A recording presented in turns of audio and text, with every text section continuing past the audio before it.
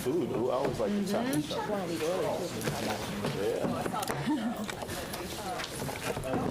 No, he's It happens all the time. We're used to it. You just got to say the last name. Bowman, Thomas. Wait, why? Do you have to download it? All right. All right, everybody. Well, how do I get to show full screen? We can't keep track at all. Because we can't get started on time. That is the problem. That is a big problem. Hello, how are you? Hello. Oh, sorry, what do I have? Back here. Sure looks like it. Okay. So how do these, Katie Catherine, do we push to talk? No, they're all activated live. So, I think there's still room on our backroads trip to Norway in September. Are they gonna stay activated the whole time? Lord knows. Are they just gonna stay activated the whole We time? leave September, we have to be, the starting date is September 14th. So we're going a week early. And it's the last one of the season, so it's probably going to be about a little cooler, which I don't care. That doesn't bother me, but yeah, we're excited about it.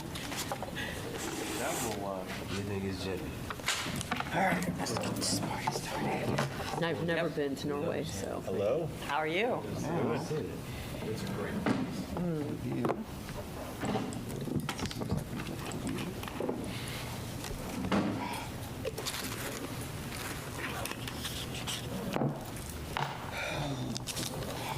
We would love to start, but we are one person away from a quorum, so Oh, we're holding.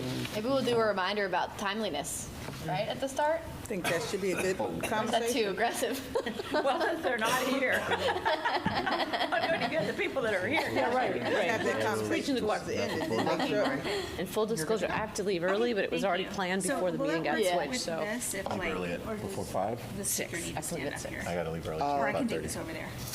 I don't know if the range When is you're going supposed to to be do here. it because they have this on a Bluetooth and it's barely reaching there. Do you mean it? Here. Do you want me to click? Staff standing staff. Is it clicking?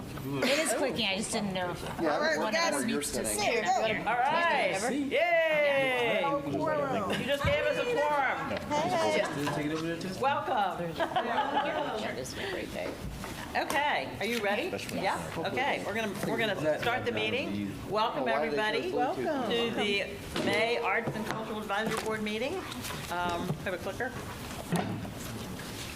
Yes, good. It works for me. Would you like to click on it? Oh, sure. Why not? click. You can click. Just know that these mics are all hot for the whole meeting. Just know. Thank you. Oh, they're all on. They're They're all. all on for the entire meeting, so if you, So don't say anything that you didn't want to hear everybody hear. Oh, all the mics are hot? Okay. they're all hot.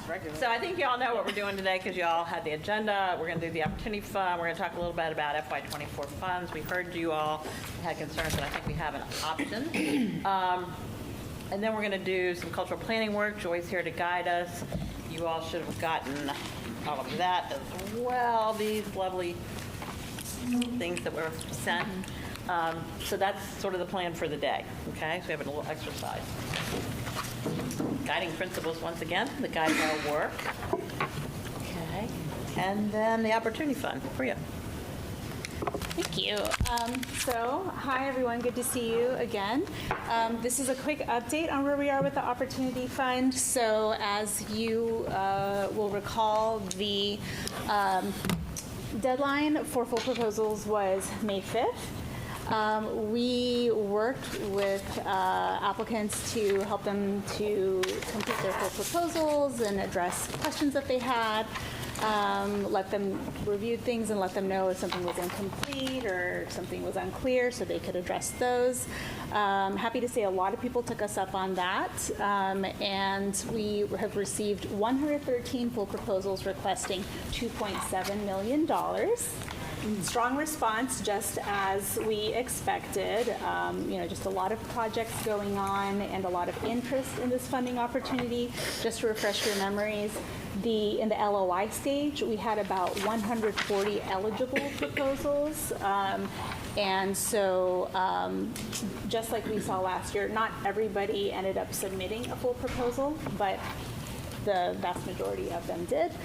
And just as a reminder, we have $325,000 from current year funding, FY23 funding, that is what the pool that the board has allocated for this cycle. You can see here a summary of the breakdown of where the full proposals have come from. So here we have about 2/3 coming from nonprofit organizations. The other third are split between individual artists and creatives and other creative groups and organizations. And those second two groups would be using a fiscal sponsor or fiscal agent. The next line, the 65% serving these different kind of categories. This is a staff estimate based on the descriptions of the projects in the LOIs. The self-reported information, meaning what applicants reported in their self-identified in their full proposal applications, that's listed next. So you can see, and they were able to indicate all that apply, so that's why they don't amount to 100%, so it's not like a pie chart. So, but you see there what applicants have self-identified in terms of whether they're serving specific populations within the larger population. This is a question that we added for this cycle based on the board's interest in understanding, who organizations or artists or projects are serving and having more information on that. So, you can see that the average request is $24,000. A reminder that for this cycle, the board had the cap at $30,000 for the max request.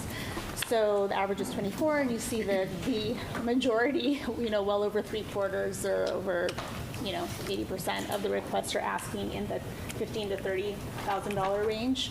And half of those are in fact requesting a maximum of $30,000.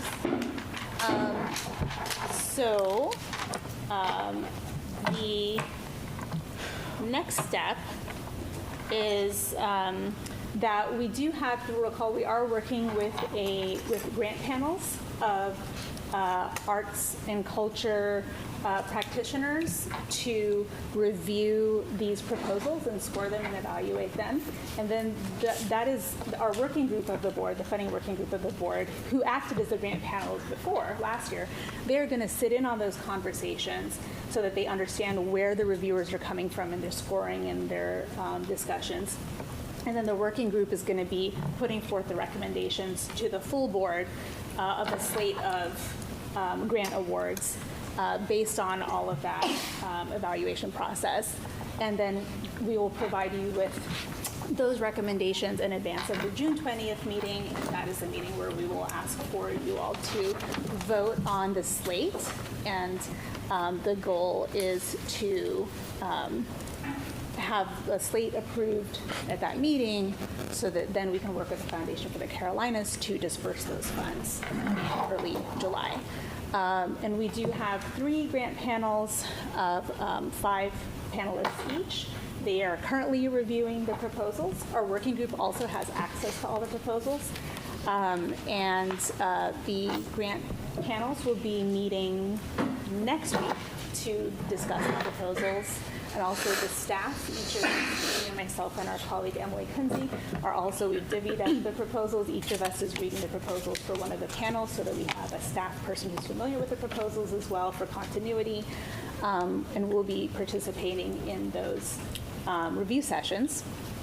And the week of June 12th is when the working group will meet so that we have those recommendations to you the Friday before the meeting. So this was really just a quick update so we can get to the meat of today's meeting, but I'll just pause. Does anyone have any questions about?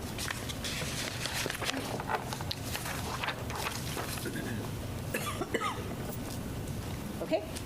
Well, if any questions come up, as always, please don't hesitate to reach out and we'll do our best to answer. So with that, I'm going to turn it back to you, Sydney. Thanks. So as you know, for the last couple of meetings over the past 2 or 3 months, we've been talking about funding for FY '24. So we're here again to talk about that.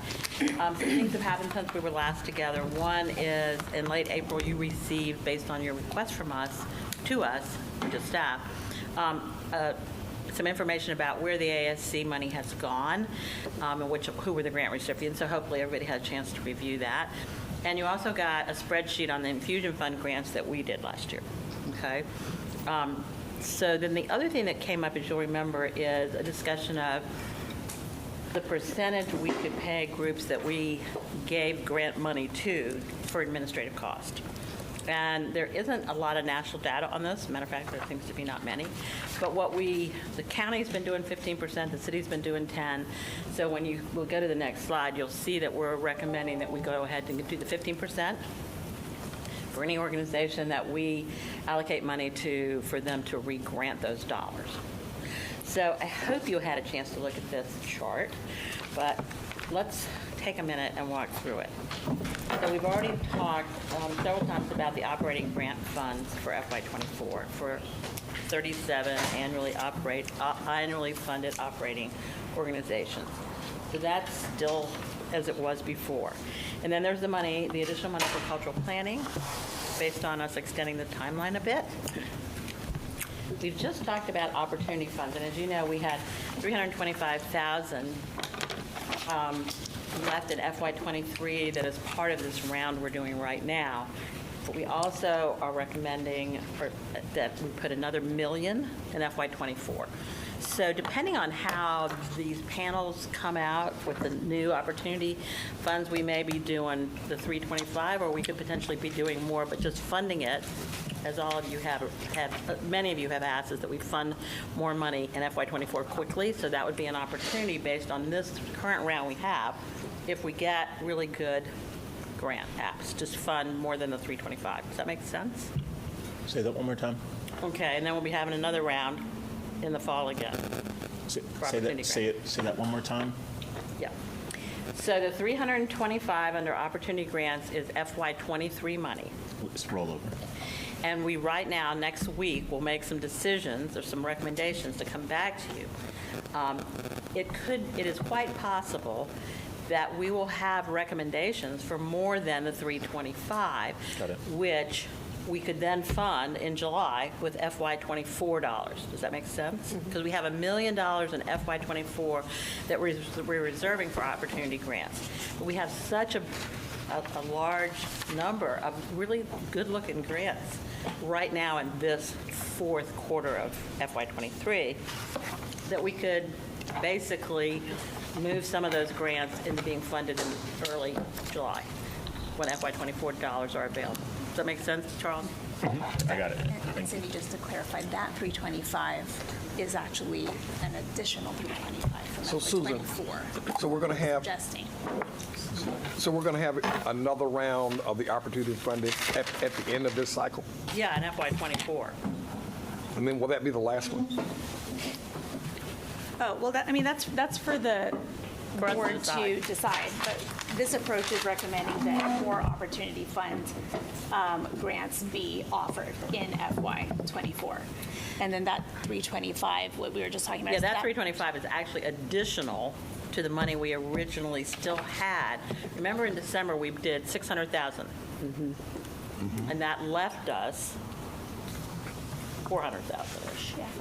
Well, right, so the For this round. 600,000, the board actually, because we had so many strong proposals through the fall cycles, that's where, when the board has previously said, well, let's pilot this with 400,000.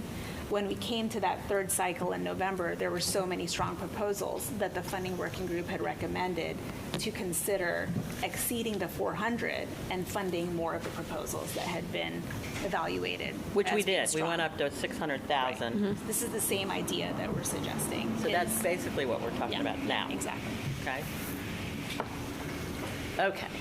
Dr. Woods, your question though, after fiscal year '24, we don't have, Yeah, we don't have any more money. Yeah, we don't do anything else after Right. '24 because we don't have any money after that. correct. So, and that ends what, then, Is that June? This time next year, A year from next now. year? June 30th, 24. Yeah, okay. Okay, because I kind of thought we were wrapping up now. Okay. Just get our heads around it. Yeah. We got 12 months. Hopefully, we'll be successful in getting some ongoing funding going into FY '24, right? That's what our task forces are about and the plan is about. So then if you go down to the next line, this chart, you'll see $1 million for programs administered by ASC. Okay? And right below that is $300,000 for the 15% administrative fee for the Arts and Science Council to be able to administer that $1 million in grants. Yes, and it's for any grant-making partner. Well, So it is for any includes grant-making partner, yeah. exactly. So it includes the 15%. Yeah, it could be Hugh House, it Yeah. could be Charlotte's Creative, it could be other organizations.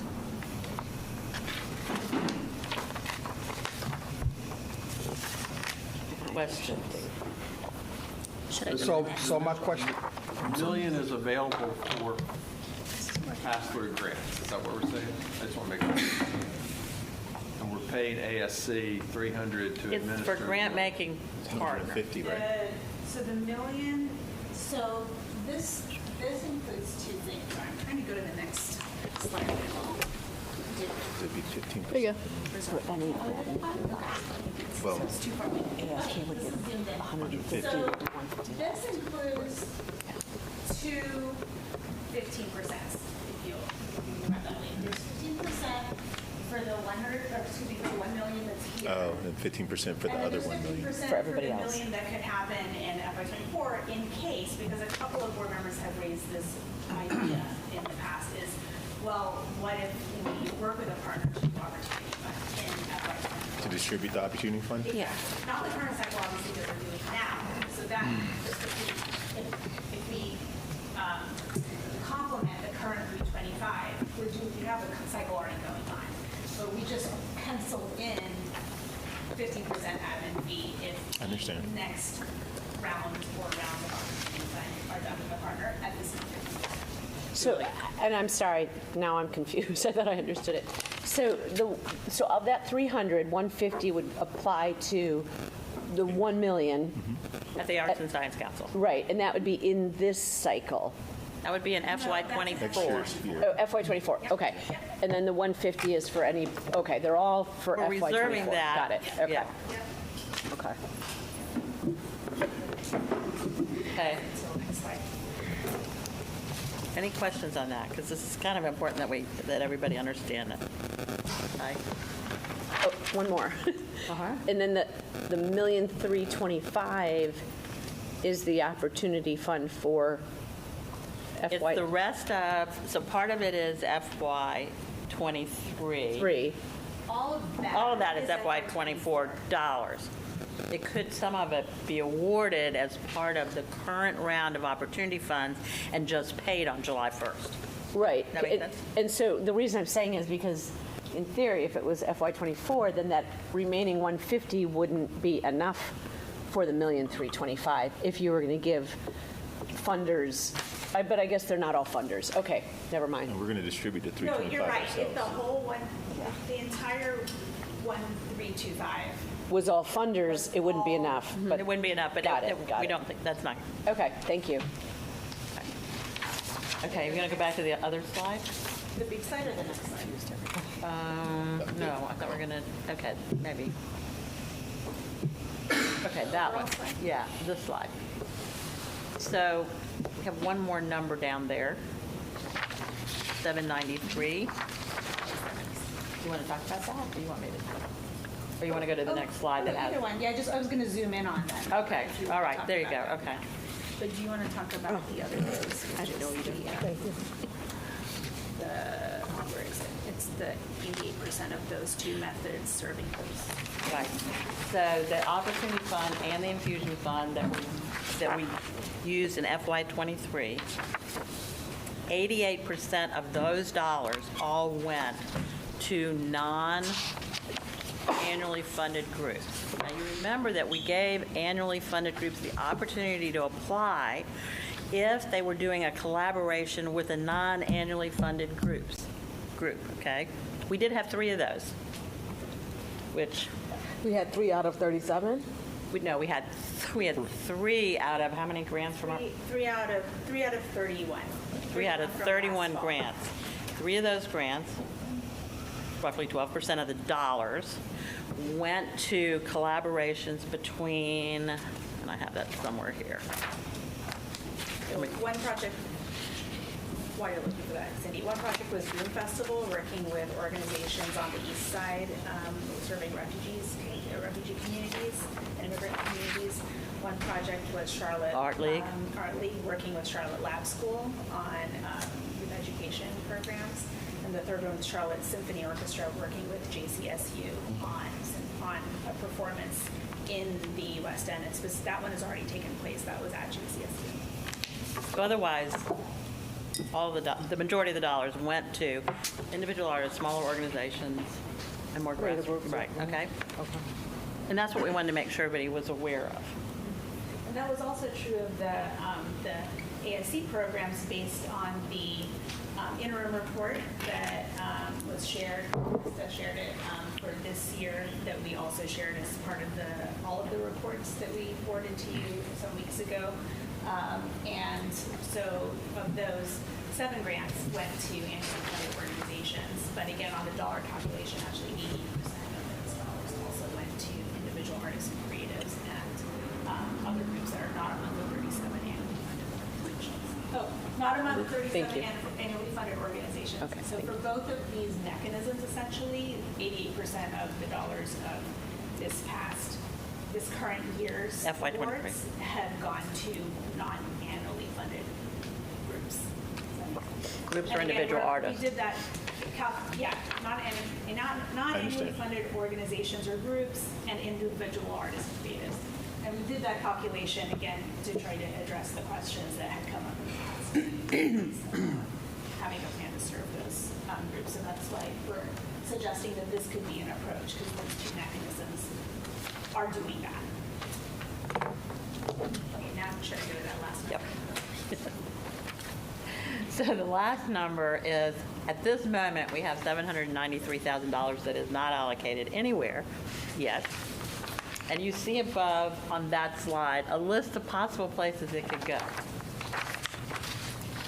One of the things that we've talked about with this money is that fairly soon, through the cultural plan, we should have some real sense of how to use these dollars to begin to put our thumb on the scale of what's in the plan.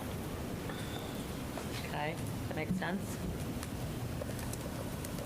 So it's not that we're holding these back, because there's lots of ways we could use it. And as you see, we already have a lot sliding in as soon as FY24 starts with 2-point-something million. We just showed you 2.3-ish. Sorry, you can tell I've not been around for a while. But you can see here that the potential uses are unrestricted support for individual organizations, unrestricted support for artists and creative, capacity building for organizations, potentially through committee partners, and additional support for annual operating grantees. So all of those are options. We don't have, at this point, a recommendation, because our thought is, as we begin to shake out where we're going on the cultural plan, we could then begin to funnel money in FY24 towards the things we think are critically important in the plan. Questions? So what we've attempted to do between all the memos we sent you at the end of April that answered the questions of where the money has gone in the past 2 years, particularly FY23, for individual artists and smaller organizations that are not annually funded, and what's happened with the Arts Council money, which is actually in the same bucket. It didn't go, other than the 3 things we talked about, which were collaborations with annually funded groups. So the money's been going where you wanted it to go. And what we'd like to be able to do is, if possible, at this board meeting, talk more about this, talk as much as we want about this, but to get to a move forward on what we're suggesting now, both for opportunity funds for FY24, the $1.325 million, and for the Arts and Science Council, and for the 15% administrative fee for the Arts and Science Council, and holding another 15% for the opportunity funds as we go into FY24 if we work with another grant-making organization. Okay? So I'm going to stop talking, and now you guys can say what you think.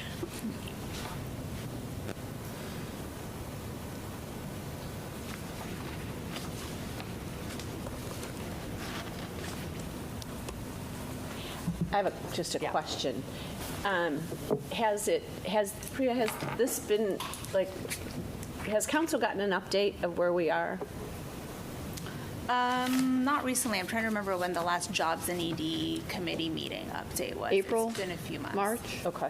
Because I wonder if they were to get an update, if they throw a wrench in things and say, well, this is what we want you to include this too. I don't know, but just so that we don't. Yeah, this is kind have of a tendency complicated. We to have get a to wild figure hair out how to make sometimes. this more. Yeah.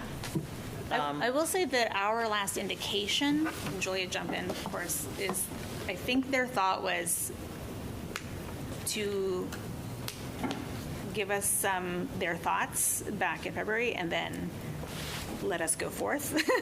So That'd be great I if don't that know was if you have any thoughts. Isn't that what the whole framework That's for? I the mean, how would, Yeah, I Right. think they gave us their guidance in February. Okay. Yeah, And so I think they haven't asked us to Yeah. say anything. think Okay, the that's next thing fine. they're If really you're not looking worried for about is- it, then I won't be. Yeah, I think but- the next thing they're looking for is our first run at the plan. Okay. And so I think that will happen in the next couple of months, is our hope, knock wood. We took all the requests for funding, compared that against what we allocated for funding. What's the delta there? Does anybody know? Do you mean of the opportunity fund, the cycle we have? Across the board. how much was asked in total this year versus how much we gave out? All the requests that we got from any organization or individual or whatever, But we didn't get any requests We- from the annually funded because we just gave those out this but we year. gave it based on the We year. gave it based on the year before, but we So didn't you get their probably need to requests. look at the year before because some of them took haircuts. Right. So look at all the haircuts. Look at all the, I'm just asking for information. I'm Yeah. just trying to figure out how big's that number relative to this 793, just to get some sense of proportion. We could calculate that and bring it back to you, but we I mean, wouldn't do be you able have to any do it idea right off the top this of your head? second. I mean, is it- Well, off let me the think about top it. of So we our have head, right- 12 million to give this year, right? In total, we have 12 million, and some of that went to cultural plan. If I think about FY23, which is Yeah, probably 12. what we can look at for right now. So Julia, how much do we, It- I mean, we could kind of get to it fairly free. Yeah, it would well exceed this number though, because if you look at, for example, even with our current cycle, we have 2.7 million requested and 325,000. So we have a delta, a significant Then it's 2.3 million. That's a bigger number. So, Yeah. so you And said last- 2.7? Is that We what you have said? 2.7 requested through this And opportunity. how many fund. cycles of Opportunity Fund did we run this year? That was Oh, just. that's through just one. this cycle. I know, Yeah. so I'm asking, I'm just going to do an So average. in last fall, we had also 1.7 requested. Okay, so that's, And we gave 600,000, so that's a 1.1 delta. So 2.3 plus 1.1, so 3.4 million delta right there. And then if we go back last year, we had, I forget how many hundreds of thousands of dollars requested through the open call for unrestricted funds.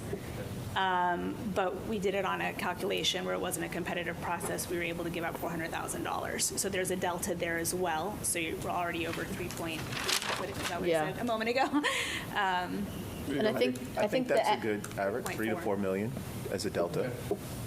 That's a good, 3.4. Yeah. 3 to 4 million as a. as a Exactly, delta. yeah. Correct, yeah, somewhere in there. So other questions? So I'm going to ask the hard question. Are we ready to say, can we go back to the slide of what we want to approve? We want to approve the things on this slide if you're ready. So So on the Opportunity Fund, what we're in essence saying, because I've said this before about the Opportunity Fund, is that we're going to decide where that we know 325,000 is going to go towards this current cycle of grant applicants. We have $1 million that we'll have flexibility to determine if we do it the way we did this year, which is grant cycles, or do it differently.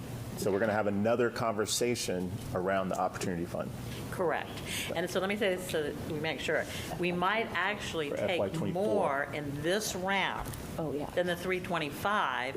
If we have great proposals, we'll nibble on some of that million, but we'll take the million forward, and we can do that. We can do it through grants to other grant-making organizations or a combination of our Opportunity Fund process plus them. That's all wide open.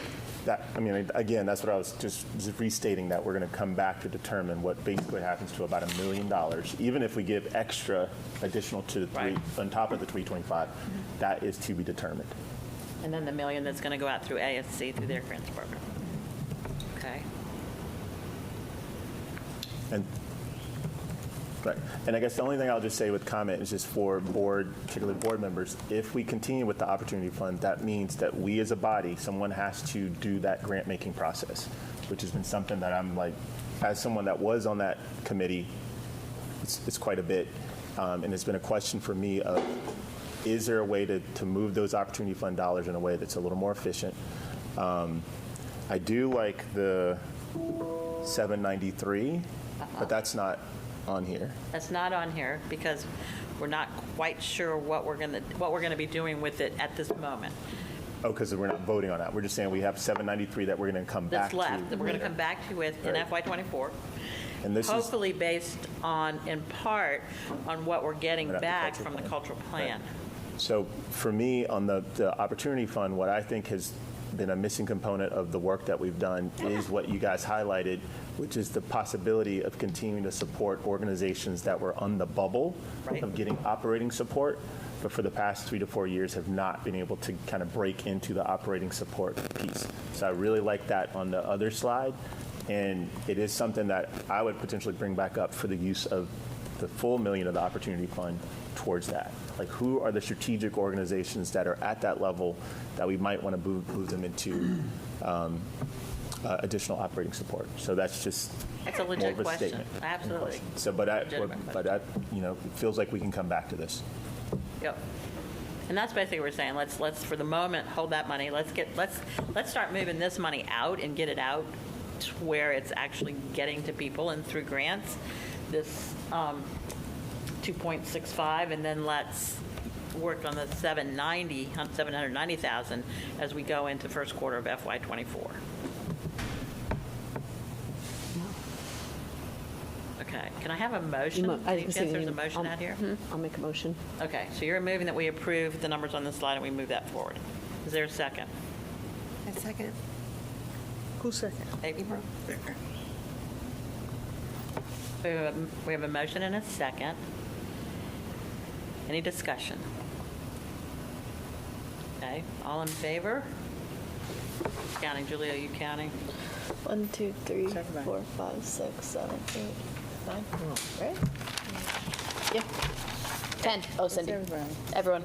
Okay, thank you. Rita, I'm pitching it back to you now.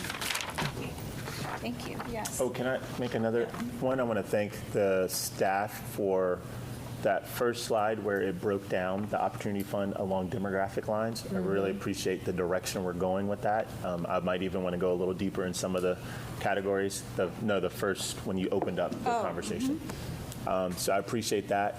I'd like to make a request. So I really appreciate all the data information that you sent, but it was really hard for me to aggregate it like this. Is there any way that we could have staff aggregate all the, I'd really like this as a summary of the demographics. I did my best to try to go through all of ASC's document. There was just a lot of documents. And I was like, I'll get to it, and I just never got to it.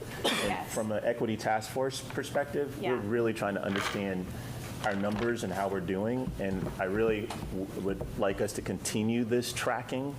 At whatever we decide to do with the Opportunity Fund, for all the dollars that we've distributed, would like to get a request that we have this information. So thank you for these updates. Thank you for the thank you. And yes, so because we are now collecting this information, we will be able to, and we're also planning to request this information in our reporting. I think we talked about that last month. So I think in a few months' time, this summer, when we start getting those final reports back from some of the previous grantees, we should be able to provide the data you're talking about, and then we can work with ASC to request their aggregated, similar information that they have in aggregate. And the only thing we'll ask for is just even more clarity on what percentage of recipients of dollars are individual artists, what percentage, and then the size of the nonprofits that are receiving it, like budget size. Just because, again, our task force really spent a lot of time in making sure that we were that we're hitting the targeted groups that we want to hit. So it can get lost in the numbers. So if I'd make a request that we can also see, like when we make the awards, if we could have a breakdown of percentage it might fall the same way that you have here, 60, 70%, 20%, but just to see maybe at the end of the year, this is how much went to individual artists, this is how many went to nonprofits, this is how many went to operating support, that kind of thing. Yep. That'd be great, thank you. We can do that. Thanks, Charles. Thanks. Okay. I don't think this has ever happened before, but we're 10 minutes early. And we started late. I know, Joy, but yes, and so That's what happens when you don't have this people group. here. And I know that Joy will happily take those 10 minutes, and who knows, maybe we'll even let you be able to get through it early. Do you want to give them a 5-minute break, or do you want to just go straight on? I say go, keep going. because people got to leave early. Yeah, I gotta leave at We have a few 5:30. people who need to leave early, so I'm feeling good. I'm feeling good. I'm thank feeling you. good. And so, and thank you, Cindy. Committee, Oh, steering committee. Yes. Do you want to adjourn the? Oh, yes, we need to adjourn the advisory board. This portion. Second.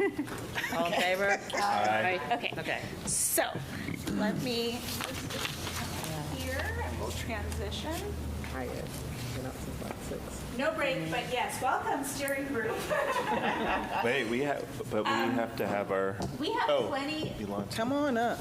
Yeah, Yeah, we come have on up. plenty of chairs Let's put here. more chairs up. If you don't Yeah. mind, you don't have to move, but if you don't mind moving here for now, Move my stuff over here. then we do have more chairs here.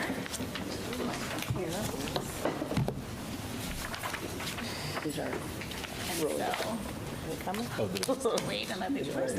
Also, we have fuel. Jenny has supplied us with tasty treats yet again, so please help yourself.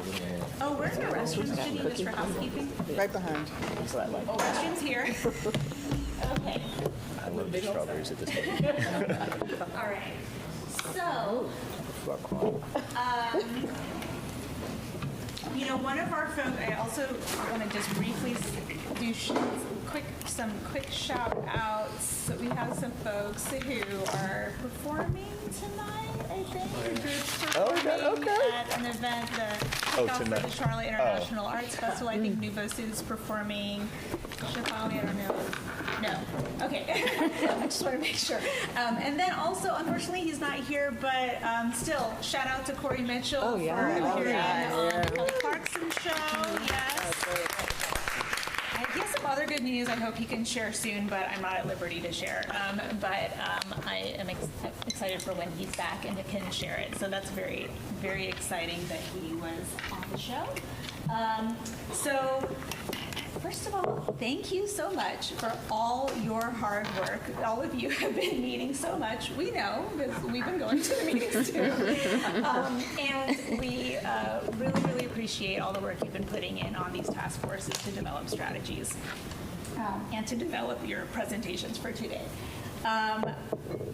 just briefly, today is a really important moment because you have developed draft strategies, but now we're sharing them with each other. And I know we, staff and consultant team, and the manager city manager have talked about how it's so important that this is a process where all of the task force members are going to be able to weigh in on and provide feedback on and strategy ideas for, and even granular tactics for the entire cultural plan. So again, if we think about there's a steering group and then additional task force members.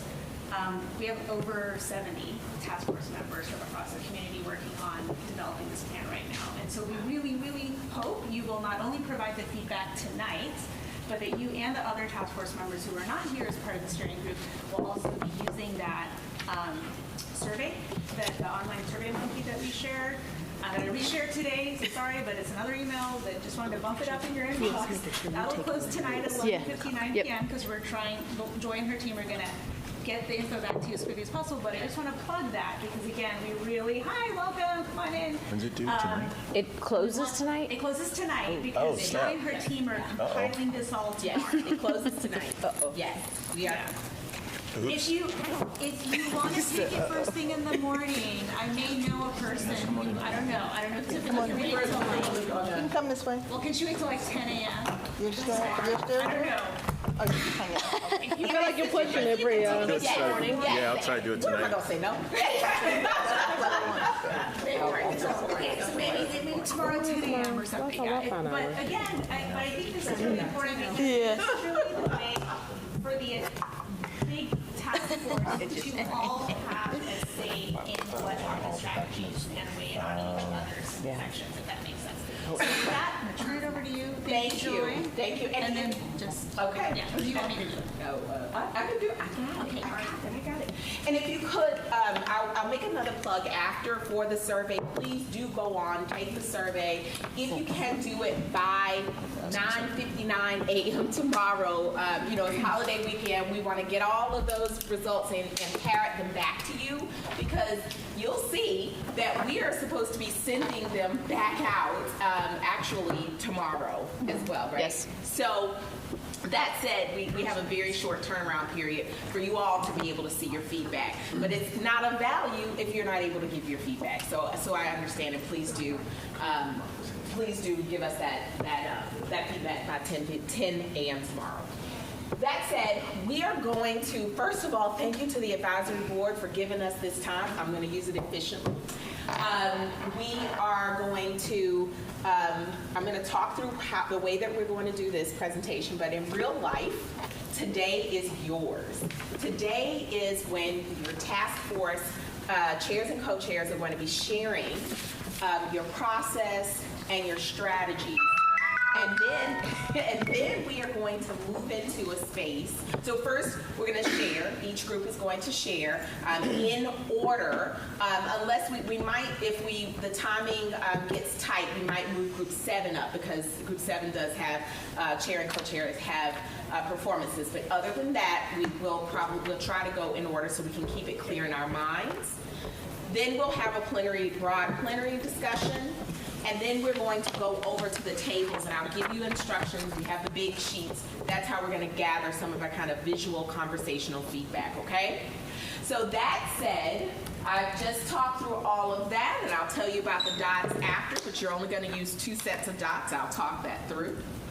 But just to remind you of what we're trying to do today, I mentioned it already, but the review of the remaining implementation schedule. So I'm going to talk you through where we are on the schedule in 2 different ways. I'm really going to, this is Carolina, so I'm going to focus on the road to City Council, okay? So road to the Final Four, you get it? Oh. So then we're going to share the strategies from worksheet 1 from priorities 1 through 8. And then the task forces are going to receive feedback from the steering group to confirm the strategies and finalize worksheet number 2. So we'll talk about worksheet number 2 at the end of this process. just to remind you of where we are in our implementation milestones. You all have done so much. This is only talking about the task force process, so it's starting in April. This is not even a calendar of the entire cultural planning process. This is really what you all have been doing. You as task forces having these meetings, hashing through, slogging through, and making sure that the information that you're clear about what the priorities are, that you are understanding what's needed as far as strategies, and then you're really recognizing the voices of all the people in the room. So we really appreciate that. You did that. You sent us that information. You sent it to, by May 16th, you sent the information to us, and we are, the task forces review the draft strategy, so now we are here, where we are going to have a chance to see all of this, pull together, and hear the information and review. We're then on, tight time, we're gonna come back on tomorrow, the 26th, have it back to you, all of this information, for your task forces, for you to take it back to your task forces starting May 26th through June 5th, to solidify your strategies with the action plan. So this meeting is an opportunity to gather information that you're taking back to your task forces, thoughts about what other priorities our task forces are working on, how there might be overlap, how that overlap either might work or not work, how might we address some of these things, thinking about kind of expansive thinking if things are more of a task or a tactic as opposed to a strategy. All of those thoughts we want to start to surface in this conversation tonight in the plenary discussion.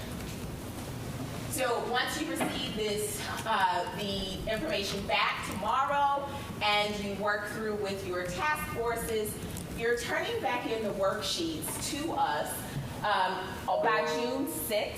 So you're going to send those back to us by June 6th, the second worksheet. And we are looking at having a draft cultural plan with the implementation strategies and actions by the June 14th. So everything is working on this accelerated timeline. And I will tell you, you can do it because you've been working on an accelerated timeline since, well, day one, but period, pretty much here, especially in the task force. So we really appreciate this time that you've been able to do it. And here is our road to the city council. Now, this is for different kinds of visual thinkers. This is essentially a flow chart, okay? Let me just remind you of where we are. This is a different way of seeing the same information, but here's the steering group meeting where we're reviewing this information. You're going to revise the strategies, and the draft plan is going to be sent to you here, June 14th to June 20th. So that's the draft plan for the steering group review. So I'm going to pause there, let that part sink in. On June 20th, we're going to discuss, I said I was going to pause. Pause there, let that sink in. Okay. And then on June 20th, we're going to come back together again to discuss and share feedback on this review. We're going to review worksheet number 2 for each priority. For each priority, and approve draft strategies for public feedback. Now, that is the point where I think we've had conversation around this, where we're saying, okay, this is good. This is the point where it's ready to go to the public, for the public to say, okay, this is good. Can I clarify one thing on that? So just to make clear, the entire draft plan is not going to go to the public at that point. We're just wanting to get feedback on the strategy statement. So again, at that point, you all, as the steering group and task forces, will have been working on the strategy statements for 2 months, right? So since that April when we started. And so just to clarify, at the June 20th meeting, even though we'll have a fully assembled draft plan, that we're amongst this group, we're going to keep refining with your feedback the implementation part of it. the strategies are what we want to take to the public for conversation and feedback in the same way that we did with the State of Culture Report, if you recall. That's what we did, the State of Culture Report. And so on the 20th, we're going to be asking you, okay, now that all the task forces, you've done the draft strategies at this stage, you're about to refine them with each other's feedback over the next couple of weeks. We will be then sharing those refined strategies back to you in that draft that you receive on June 14th.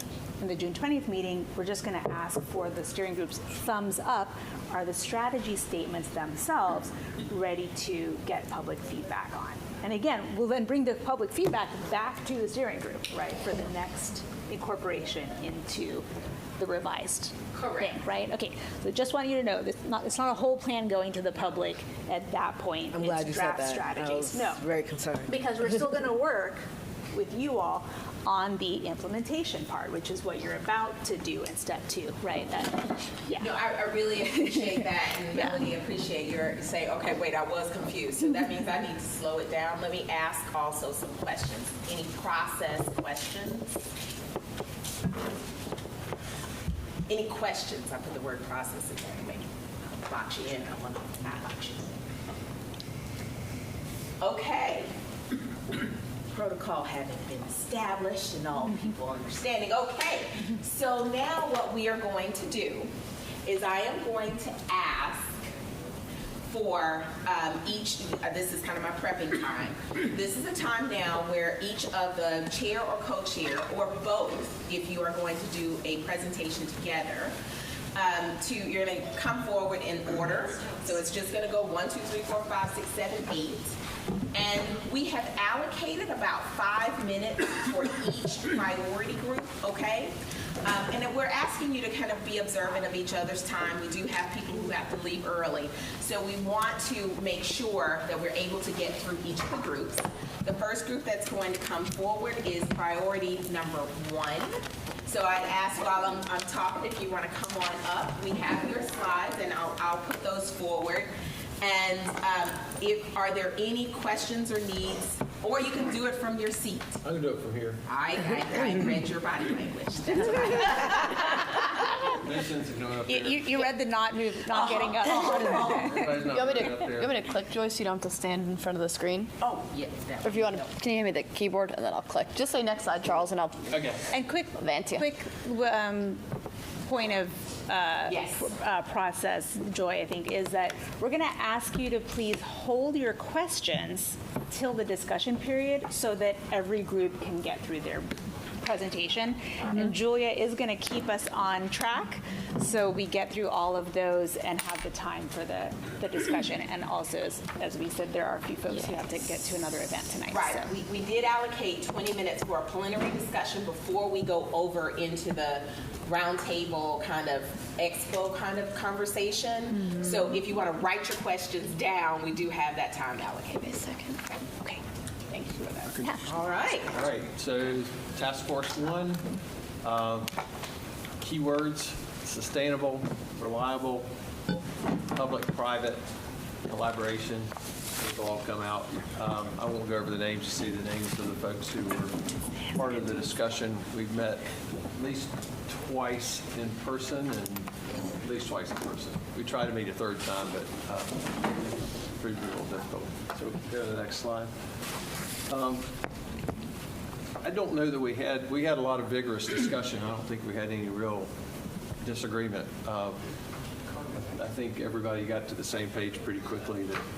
And the key here is that we need sufficient resources to take care of organizations of all sizes, individual artists, grassroots, deal with equity.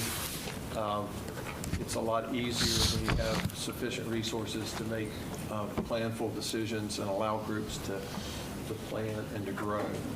The diversity of experiences and approaches, I'd say the group came at it from sort of different historical perspectives mostly, but I thought it was a pretty effective group of folks who had different perspectives. We also agree that we need a diverse funding pool. Relying on any one particular is not a workable solution. A few key things that we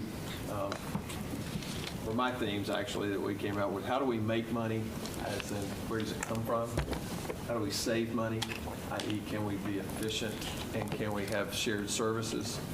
And then how do we continue to grow to make sure that the sector is healthy and lively and continues to grow as the city and the region grow, city and the county and the region grow.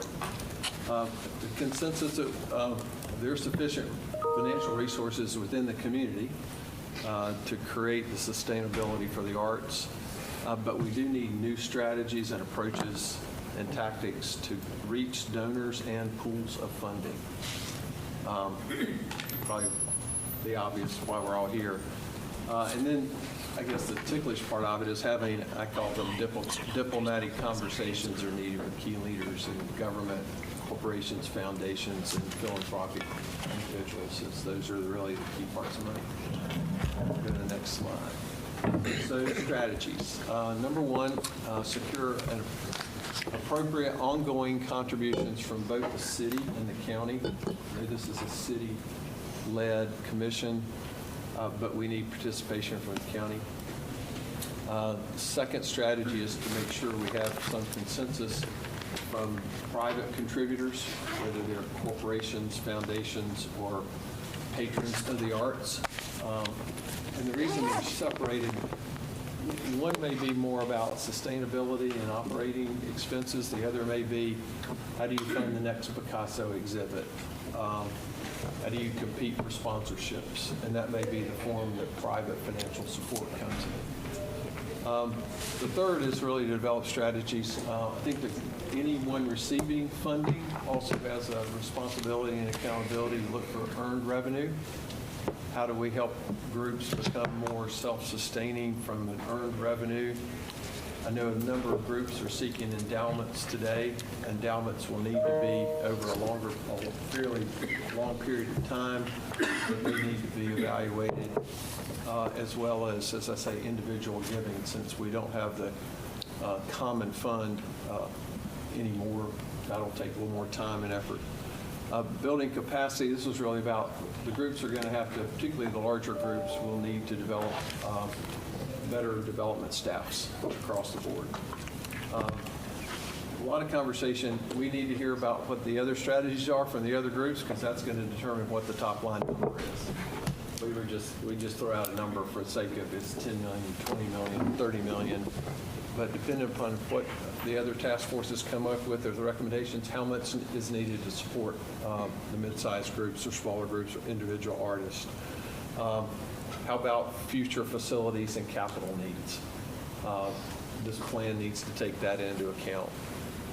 And even though the last bullet, we haven't historically received much funding from state, regional, and national sources, but they need to be on the agenda as well.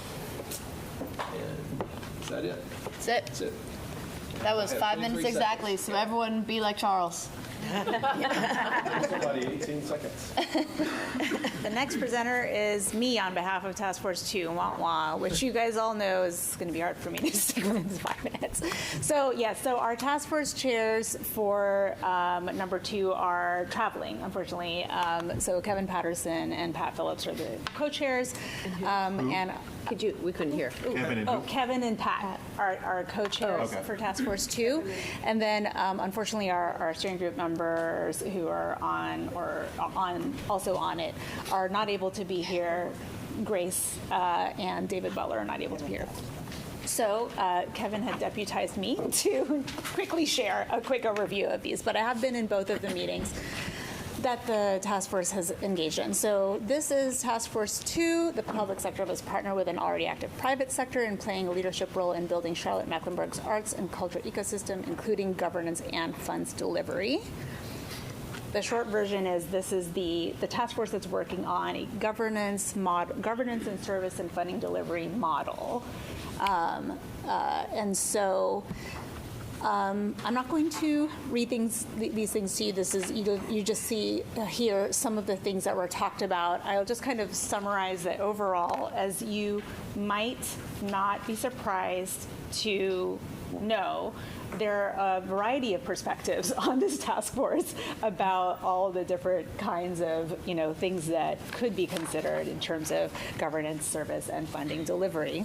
And so these are some of the elements that the group has talked about in terms of consensus and need for responsiveness, making sure that funding is committed, as I think has happened for a lot of your task forces, sometimes the conversation veers into some of the other priority topics as well. And looking at the long-term creative economic development beyond grants and ecosystem funding. So this relates to some of the things, Charles, that you just presented on for Task Force 1. And looking at art and creative industries as a priority as part of that as well. And of course, responsiveness to changing needs, which is kind of why we're all here anyway. And so that's been a lot of the discussion. Next slide. So these are just more needs that you can see that have been discussed. And I guess I will say what you're seeing here is more of a summary of things. I wouldn't say there's been a lot of consensus yet amongst the entire task force. And so, Joy, would say you say that's an accurate representation of what you've observed as well. And so there are definitely themes that are coming up, right? And topics that are being revisited between the two meetings, but we're not getting to consensus yet. Some of that also has been that just schedules, it's been hard to get everyone there. Yeah, 1 minute left. Okay, great. We'll go to the strategies, so the thing here that I will note, and we all talked about this in the task force, is a couple, and the way they're showing up here is a couple of these are actually high-level strategies. And the other things that you're seeing here are more like actions that are nested underneath that. So, for example, obviously we have to determine a public-private partnership governance model of some kind. The few things you see underneath that are things that we have to do in future. And then at the bottom you see resource distribution strategies. So some of these are actually things that need to be determined during this process, and there's an acknowledgement of that. So over the coming weeks, and with the input of this group, this task force is actually going to be taking your input to keep working on this, because there's still a lot of work that needs to be done on this. But it's more like they've identified what the immediate next steps are. These aren't strategies that are going to be in the plan, because obviously those need to be figured out and recommended in the plan. Does that make sense? Okay, I hope I didn't go too much over. Excellent. Yeah, thanks. Okay, 3. All right, that would be me. Hi. Hello, everyone. So Task Force 3 was tasked with working on access to affordable space, and co-chaired by myself and MT Marcellus Turner, who's not here with me tonight. I'm going to try to get this. Okay, so a couple of things we were in agreement on was the cultural asset map showed a large gap in affordable, publicly accessible spaces throughout the county and the city. And many of the cities, through research, we found that many of the cities are already setting good examples that we can look at of support of the arts and culture. And those are just a list of a few that we know of that we came up with. And concerns we had, or questions, was what should the function of privately operated organizations be in this master plan? What is their role?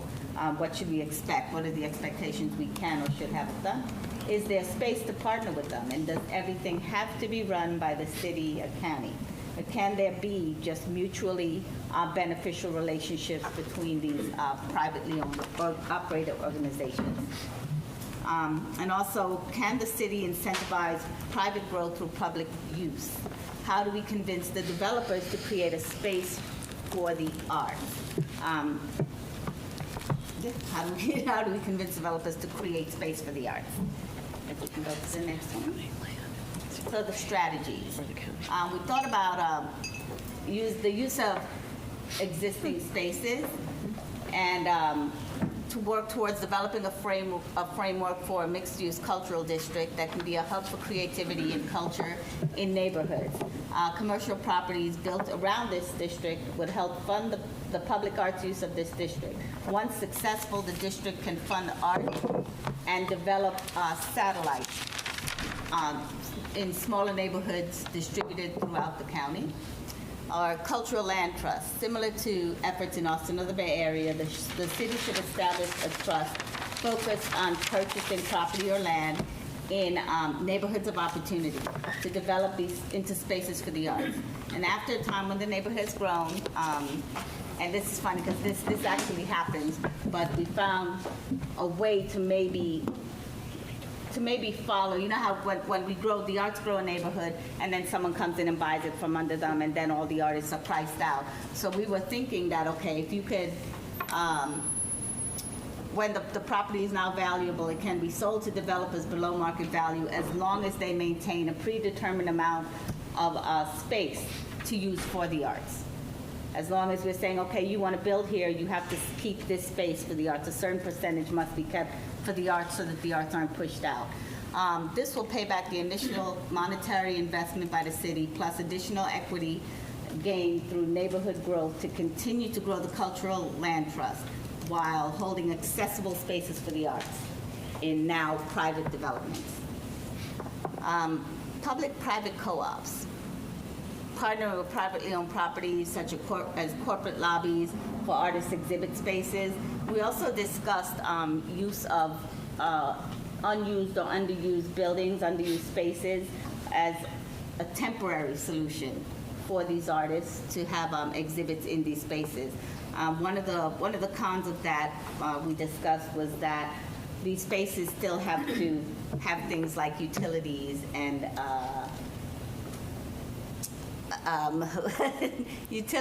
and they have to pay. A word just fell right out of my head. But anyway, the person who owns the building is still has to maintain and pay for certain things in order for somebody to be able to use it. So how willing would someone be to have to keep those things up for the artists to use them? And share existing community assets. Partner with existing institutions such as CMS, Charlotte Mecklenburg Libraries, Parks and Rec, who already have the spaces, and we can create some type of programming with them, or they can rent out or allow the artists to use the spaces booked by the public when not in use, after hours, summer school programs, and such. Or host ongoing curated rotating art displays. And this is like these places that are already in existence, they have time when they're slow or not being used. Would they then be willing to host these art programming? And regulate support. Develop zoning guidelines that allow for greater heights and densities of development if a predetermined amount of space is allocated for public city arts and cultural spaces. Similar to the Jersey City powerhouse, where you'd say, okay, change the zoning, work with the laws a little bit to allow for buildings maybe to be taller so that as long as they create space in them for the arts. Great. All right, number 4. Okay, that's me. Do you want to come up? Matt? I'm Matt. What's that? Oh, no, Do you want to come up? Do you want me to go up? You don't have to. Yeah, no, sit No, down. just sit up here. Oh, okay. Awkward. This is not coming out of your time. Wow, that's nice. This is eating into my time? No, it's not. Okay, good. Generous. All right, I'll be as fast as possible. We, as you can see from our previous version, we just worked to sort of simplify and clarify the language around this priority statement, which we landed on: eliminate real and perceived barriers to arts and culture creation and participation. Those are our task force members. How we got there? Well, we started by creating 4 relevant buckets to kind of drop our strategy ideas into. Those buckets were affordability for artists and audiences, awareness and belonging, access for all, and diversity. Eventually, those buckets kind of went away, but it helped us organize our thoughts.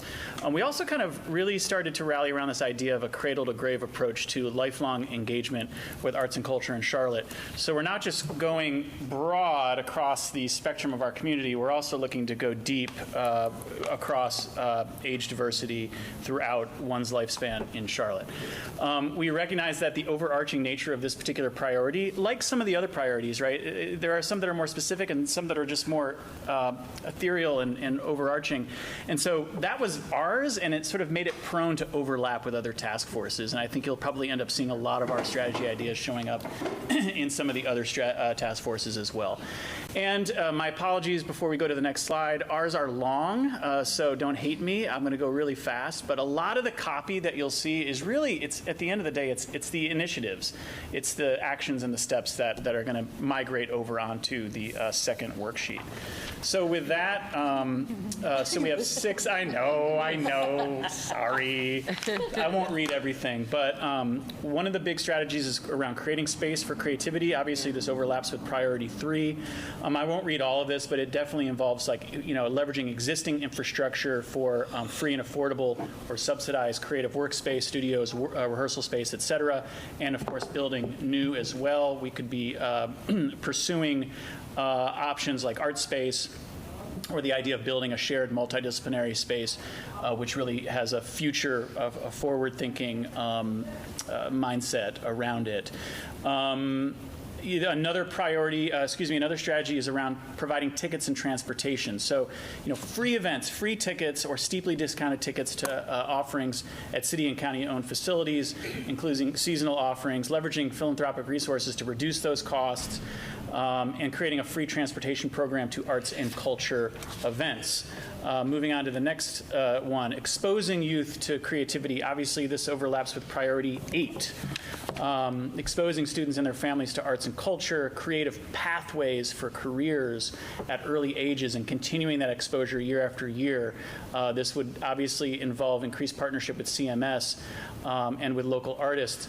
Brian Collier has been telling me for years about this amazing program in Helsinki called Culture Kids, where every kid under the age of 7 in Helsinki is paired with a sponsor from their cultural community. And I just love the grandness of that idea and that gesture. So that's kind of a moonshot idea, but it made the cut. One of the strategies is building support teams. What would it look like to establish an independent arts and culture support team, sort of a producing team, if you will, not necessarily a city or a county staff members, but perhaps they are endowed with the sort of access access to resources that sort of makes them sort of a proxy or de facto team that gives everyone access to those spaces that Joanne was just talking about, which would assist artists and arts groups with accessing and utilizing spaces throughout the county, and even with the equipment and technology needed to put on those shows or to show that work. There's ideas here of creating awareness and ensuring that messaging is tailored to make sure audience members feel welcome. This could also include free translation services for members of our community that speak other languages, et cetera. And then our final 2 strategies, enabling shared experiences. Capitalize on arts programming to create shared cross-cultural experiences to help establish a sense of belonging and connection for all residents. That could come to life in a number of different ways, but a few ideas is to create a mobile arts and culture program to transport creative programming to neighborhoods county-wide, and really sort of ensuring that that sort of an initiative values the creation and sharing of authentic cultural experiences versus importing arts and culture. And we can go deeper into that later. And finally, supporting creatives in communities. And perhaps this one should have been mentioned first, because we feel like it's sort of a cornerstone idea around removing barriers. But creating a community artist program that could be piloted in the corridors of opportunity and then replicated in other areas, in which artists from those neighborhoods are supported to create community reflective work, engage with their community, and mentor younger generations of emerging creatives. How far did I go over? Good. Boom. You're good. All right. Number 5. Okay.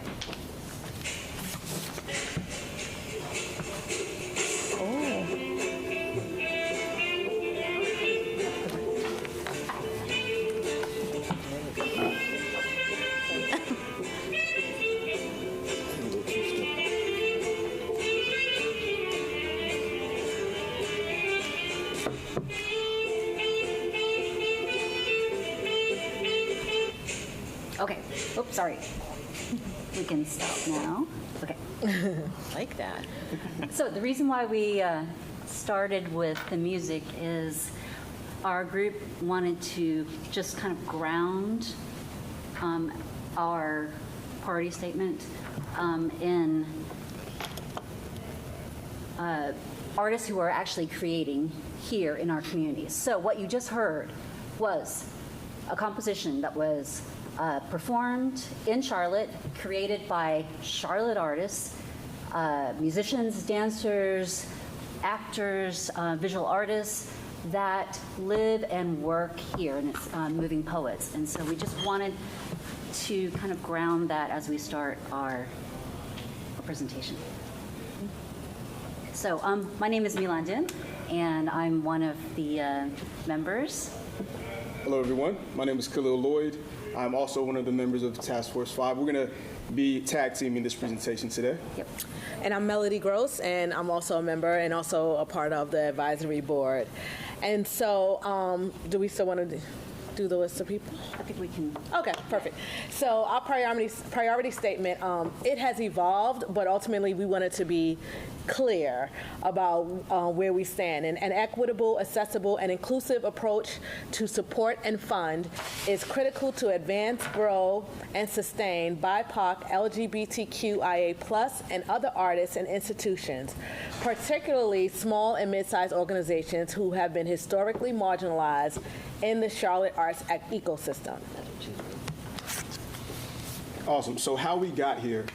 So I'd just like to mention that we met for a total of about 8 times for at least 90 minutes per meeting, right? So our team was really passionate.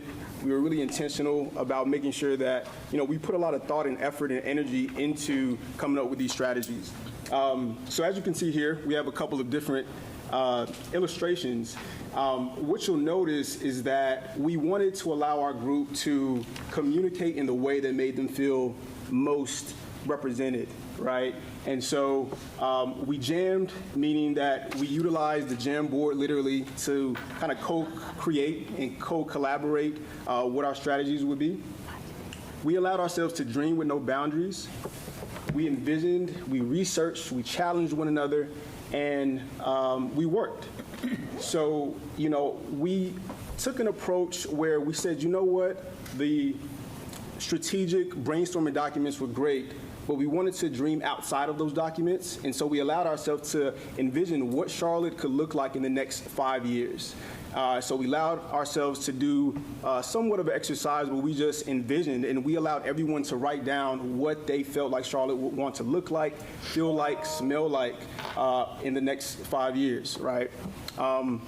We also wanted to make sure that we put a human design thinking process in place so that the process would be more inclusive and equitable.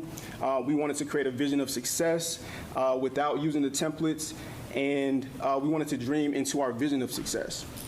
I think it's also really important to note that we disrupted the process and we weren't afraid to go outside of the barriers that we were put in place. And then we use values to guide the development of our strategy. So the next slide, we'll talk about our values. We thought it was really important, if you notice, in any organization, profit, for-profit entity, nonprofit entity, there's values, there's a mission, there's a vision. And so we felt like it was really important to create values that help govern the creation of the strategies that we'll be reviewing shortly.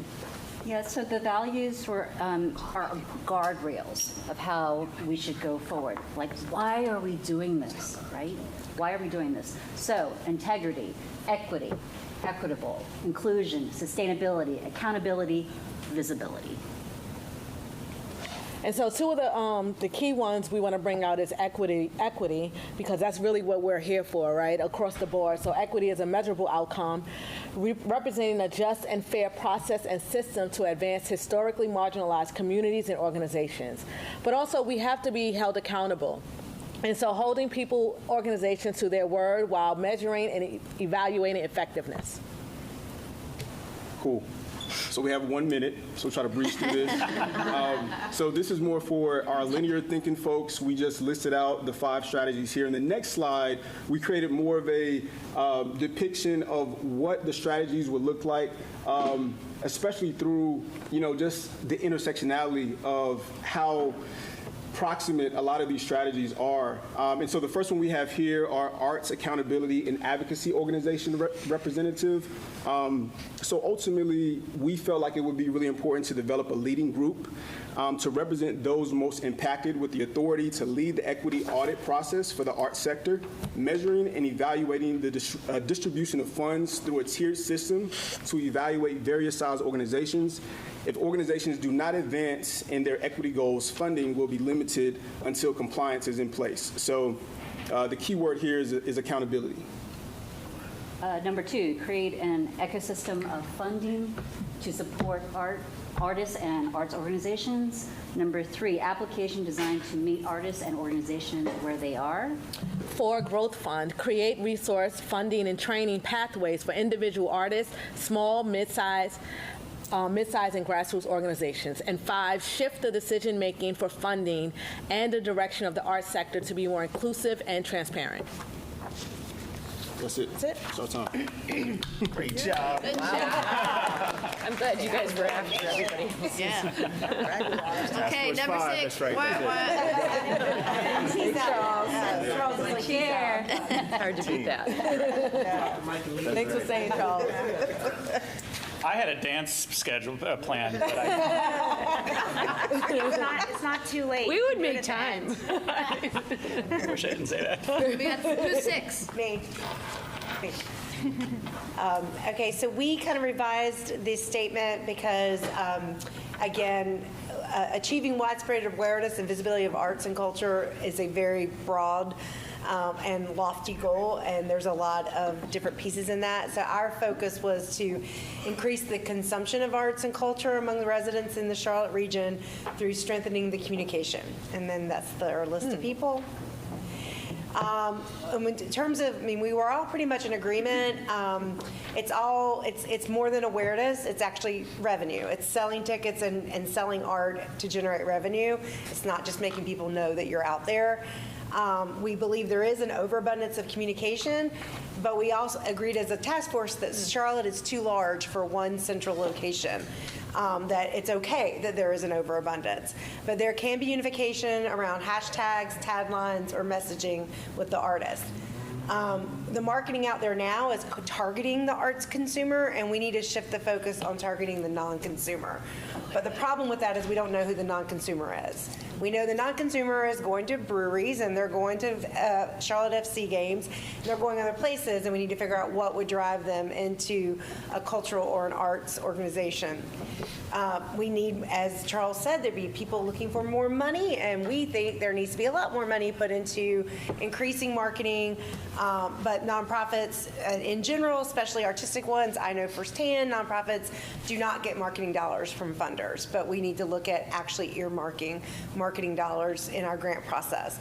And there needs to be more, we really believe there needs to be more of a collaborative effort with the CRVA and the arts organizations to make put art on the level of sports in terms of the regional tourism for Charlotte.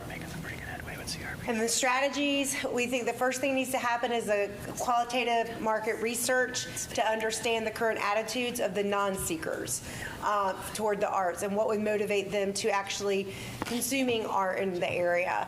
And then based on that, we need to come up with a new brand. There needs to be a new brand and messaging that's supported by substantial funding in partnership with the CRVA or other organizations to create social media hashtags and overall branding that is specific to the arts and culture communication and that's woven through everything about Charlotte's regional visitors advertising. We need to be able to increase the marketing budgets of the organizations and really look at industry-wide standards to promote arts and culture. We need to leverage public art for more than just art, but for actual marketing throughout Charlotte-Mecklenburg County. We need to incentivize the institutional organizations and small businesses to incorporate local artists into their programming. And so beyond, like you guys were talking about, corporate businesses supporting arts, but we need If I hear another apartment that's getting all their lobby art from somewhere outside of Charlotte, it kills me. So it needs to be just pushed down through CLT Alliance, through all development, that it's all local artists that's going everywhere. And then we need to better connect with peer cities to kind of understand their art scenes and see if we can create some type of artist ambassador programs with cities that could maybe help some of our marketing and get other cities talking about what's going on in Charlotte, could help drive some of it. Awesome. Cool. Great job. Okay, 7. You want to start? Go ahead.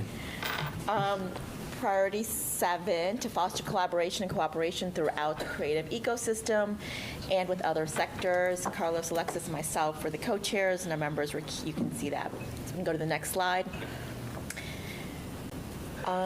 We want to develop systems, platforms, and processes that encourage, foster, and create communities that engage and support each other from various artistic mediums, sectors, and sizes. And again, while we agree that these systems, platforms, and processes are needed in the Charlotte art landscape, a way to get it out to the masses is needed. And one more thing we wanted to add a little bit was maybe to quantify it or qualify it, that part of collaboration. Like we see collaboration, but that quantifying part. And then a communication avenue is still in need of creation for said systems, platforms, and processes to work. Go ahead. Oh, okay. I was just like listening. Yeah. All right. Okay. Shoot, let me see. I don't know if I can do this. So we want to develop grants and funding resources with collaboration requirement. It's really hard. I think we have to be probably a little bit more deliberate in the ways and the things that are asked to actually promote that these things happen. The problem is we don't want to force anything, but at the same time, how to achieve organic ways in which people can find common grounds and like foster collaboration that way. But the reality is that collaboration is a potential avenue to solve some of the issues like spaces, resources, and so on. I don't think, we don't, in our conversations, we don't think we do that enough. We also want to develop an online platform. There is, and I think people were talking about communication, and Charlotte is spread out, and what is a central communication way? It's a tricky question to have, but it's something that is in our mind as a group. So once we have these resources, how do we make sure that as many people in the artistic community and in the community at large is aware of what's happening, what is being offered, and the opportunities are there? So our 5 strategies is to foster partnerships with community spaces and share spaces for access to and presentation of the arts. There is, and this is probably an overlap with the Spaces Task Force. There are a bunch of spaces that one way or the other with collaboration, with communication, could be repurposed, could be shared, could be used, and also like be there as a satellite, as a spot in which art can happen in different communities. Seek collaboration of academic institution. As a person who sits in an academic institution, we understand the value in the ways in which we are not as connected necessarily to the larger artistic sector. So I think engaging in those conversations from the top level down and middle level and low level, all the levels should happen. Then look at a plan of supporting city-owned art venues across the city to be led and managed by collective of arts groups. There is a bunch, that just speaks by itself. Grants with collaborative, not only project, but sustainable initiatives. We're very good about, let's dream projects and project ideas, and people can propose projects, but what about initiatives? And how do we sustain that? And how do we do multi-year grants that can support these initiatives? And then the online platform for clear communication overall to disseminate these initiatives. So I think that's it. Yeah. Cool. Great. Okay. 8. That's me. Hi. So we have the arts education priority. We basically left it as it was, except to make it pre-K as opposed to just K through 12. So it is a very expansive priority because it includes all age groups, all people. But we do feel like arts education across the lifespan is so important. And you can see our task force members, the non-steering committee members, Betsy Rosen, who's here, a visual arts teacher at Charlotte Lab School, Alyssa Sharp, who's with DigiBridge, and Chris Donnell, who's at Children's Theater and formerly Director of Education at the Charlotte Symphony, and before that, a public school teacher, music teacher. So how we got there, we thought these were some important needs, a recognition of the value of arts education, respect for arts education and arts teachers and educators, robust and accessible arts education for all ages, support and resources for teaching artists and arts educators, as in school staff, and greater connection and collaboration among arts organizations, pre-K through 12 arts education programs, and higher education programs. So a lot of overlap with other task force initiatives, and those are sort of the three main players here: arts organizations and artists, schools and education programs, pre-K through 12, and then higher ed. Questions and challenges that we kind of grappled with, the public schools, for instance, which are a huge piece of this, are county funded and state funded, whatever. They're not city responsibility, really. So what can the city do to enhance and support that, what's going on in the schools? Because charter and private schools lie outside the system, it's harder to know what's happening in there. It's harder to collect data, to serve those programs, to integrate them with the other programs. We don't really know what all is happening outside of CMS schools. Like, we don't know across the whole arts landscape in Charlotte what arts education programs there are, whether they're after-school programs, adult education programs, things happening in preschool. Like, there's no database where you can just look and say, here's the whole landscape. How can these three entities work together to share resources that I mentioned before, the three kind of main players? And then if institutions train and educate students to become artists, because this is part of that thing, to create a pool of artists, arts education, to create a pool of artists, is there a place for them in Charlotte when they are then artists? Can they live here and work here and make a living? So next slide. So these are the strategies, and they're also in the PDF which you received. So I'm not going to read them all because I'm going to assume everybody did their homework. And instead, I just think sort of big ideas and questions that we have coming out of this that intersect with the work the rest of you are doing. How can we best advocate for the value of arts education and arts educators? So that intersects with Task Force 6, except y'all have gone into the marketing direction, so maybe not. How can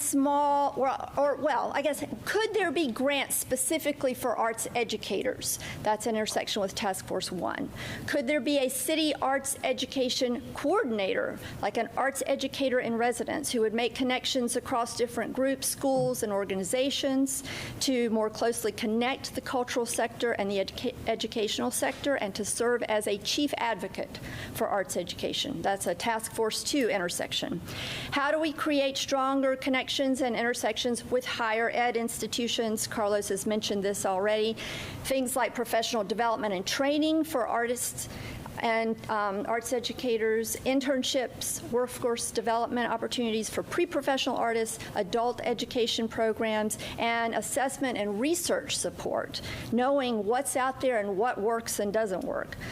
Could school buildings serve as spaces for rehearsals? And somebody's mentioned that intersection with 3 and 4, task forces 3 and 4. And then, can arts education be integrated into other efforts and priorities such as public public safety or community health. There's an intersection there with task forces 2, 4, and 7. So, how can arts education be linked to other things that we are trying to do as a community, as a city, and help with violence prevention, for instance? And then again, once students have been trained, is there a place for them to work in Charlotte? And that's a Task Force 1 question, so.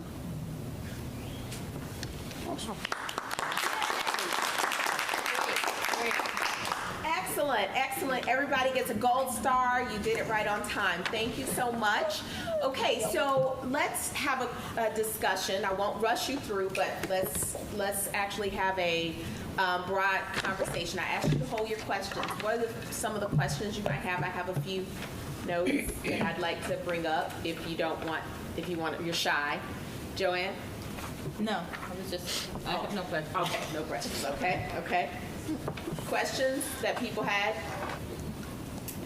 Okay. I think it's just a lot to. It's not a question, it's a comment. I think, and I presume this is in the next phase, but at some point you need to quantify all this and say, all this, what's it going to take? Mm-hmm. Correct. Yeah. Correct. So worksheet number 2 Right. is that next phase, right? So that's exactly what we're getting to tomorrow, right? So you have to clear your throat first, have to understand. I'm sure you all got it in your task. I do have a comment as well. Listening to everyone and all this great information, a lot of it we've heard before, right? And a lot of it overlaps. So much of us are thinking the exact same thing. Yep. So who else do we need to get on the same page? Okay. It's just, what do we do with all this stuff that is, we seem to all know is needed? Yes. So overlap is okay, except it cannot be the same thing. So now tonight you have seen other strategies. So for example, Matt Olin, you actually had it on your sheet. So it is incumbent upon the chair or the vice chair to contact or to have some type of conversation with the overlapping group so that you can start to distinguish or see what works best, because you really are trying to identify what will serve your priority the best, but obviously we can't have a whole bunch of the same. And it's okay if that's what happened tonight, because you all have been working in groups, and that was important. You were working in your own silos. Now we're walking out of the silos, and we're coordinating together. We're actually talking to one another. So that's the way, Joanne, does that answer your question? Yes. That was absolutely point number one on my list. I think Milana, you had a comment? Yes. No, I was just saying, it's a lot of information to take in. And Will you be? I love that we all presented, but I would have loved to have actually more time to hear. It was just like this marathon, and I don't know. It takes me time to process all of this, and especially from the words of, instead of reading it, because that additional information that was given in the presentation was great. I just would have loved just more time here. That's just my comment. We hear you. It would be great to get these presentations as a. You're absolutely getting it. Yep. For Yeah. Sure. Yep. Yes. Actually, tomorrow when the feedback is sent out, do you think Tiffany could just attach this? Yes. You mean can these attach slides, this. right? The slides, yeah, because actually there was quite a bit of change in some of these. Like your group, for instance, has fleshed out a lot since the PDF that we received, it looked like. And the ways that so for example, the way that group number 6 modified its priority and really honed in, that actually changed, and you noted this, that changed the meaning it changed the meaning somewhat, right? So that makes a difference as you're going through and figuring out what's a strategy, how are you going to, the tactics and actions to play those through, who needs to be a part, how much is it going to cost, how long is it going to take, all of those things that are necessary. Other thoughts? Now, I don't know how to. What are we doing? We have a question in the. Oh, sorry. Yeah. I mean, we're sure. I don't know the contents. So. Yeah, it's fine. No, it's just because it's like a meeting, and so we normally don't have people who are in the audience participating in a meeting. But I think because it's so limited, She's go on the for task it. force, right? Yeah, she's a task. Are you on the task force? Yeah. She's on one of the task forces. Yeah. Yes. Oh, very confused. Okay. I'm not some random person who showed up. Yeah. My quick question is, as I think back on all that speed education that we just got, and I read through the documents, I wonder if we have done an effective, I toss this out there, have we, and do we think we've done an effective job of saying why art matters?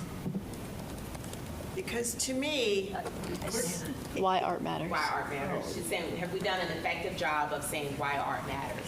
right, because these guys, Task Force 4, talked a lot about, I think it was 4, the people who don't show up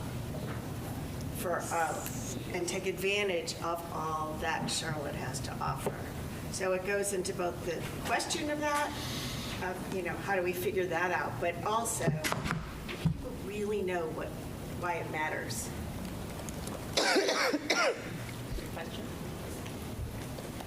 It's kind of an education. So, sort of along those lines, but I have a question. How do you, like when Betsy said that, it's like, okay, that could be an education question, or is that a marketing question, a communications question? So my question is how we take some of the information from the different task forces that do overlap, and how do we come to have a discussion on that, especially when it might be saying two different things. So like on the communication, a couple of the task forces said, we need one place everybody can go, yet the communication task force said we can't do that, we're too big. So how do we, am I teeing you up to? You are. I got another note. Okay. Well, to answer your first question, it does go back to the first point about overlap. Yeah. For the task forces that are either you hear overlap in existing strategies or you're thinking of new strategies that you think might have some overlap with another priority, then the chairs and co-chair, you should be in contact with the chair, co-chair of that priority where you think there might be overlap, so that you can make sure that you either, if you're adding it, that it is distinctive, that it is serving that priority, that it makes sense, and it is not the same strategy as what that other. So there's that conversation moment, opportunity, and collaboration. So this is the time where everybody is getting to see and think about.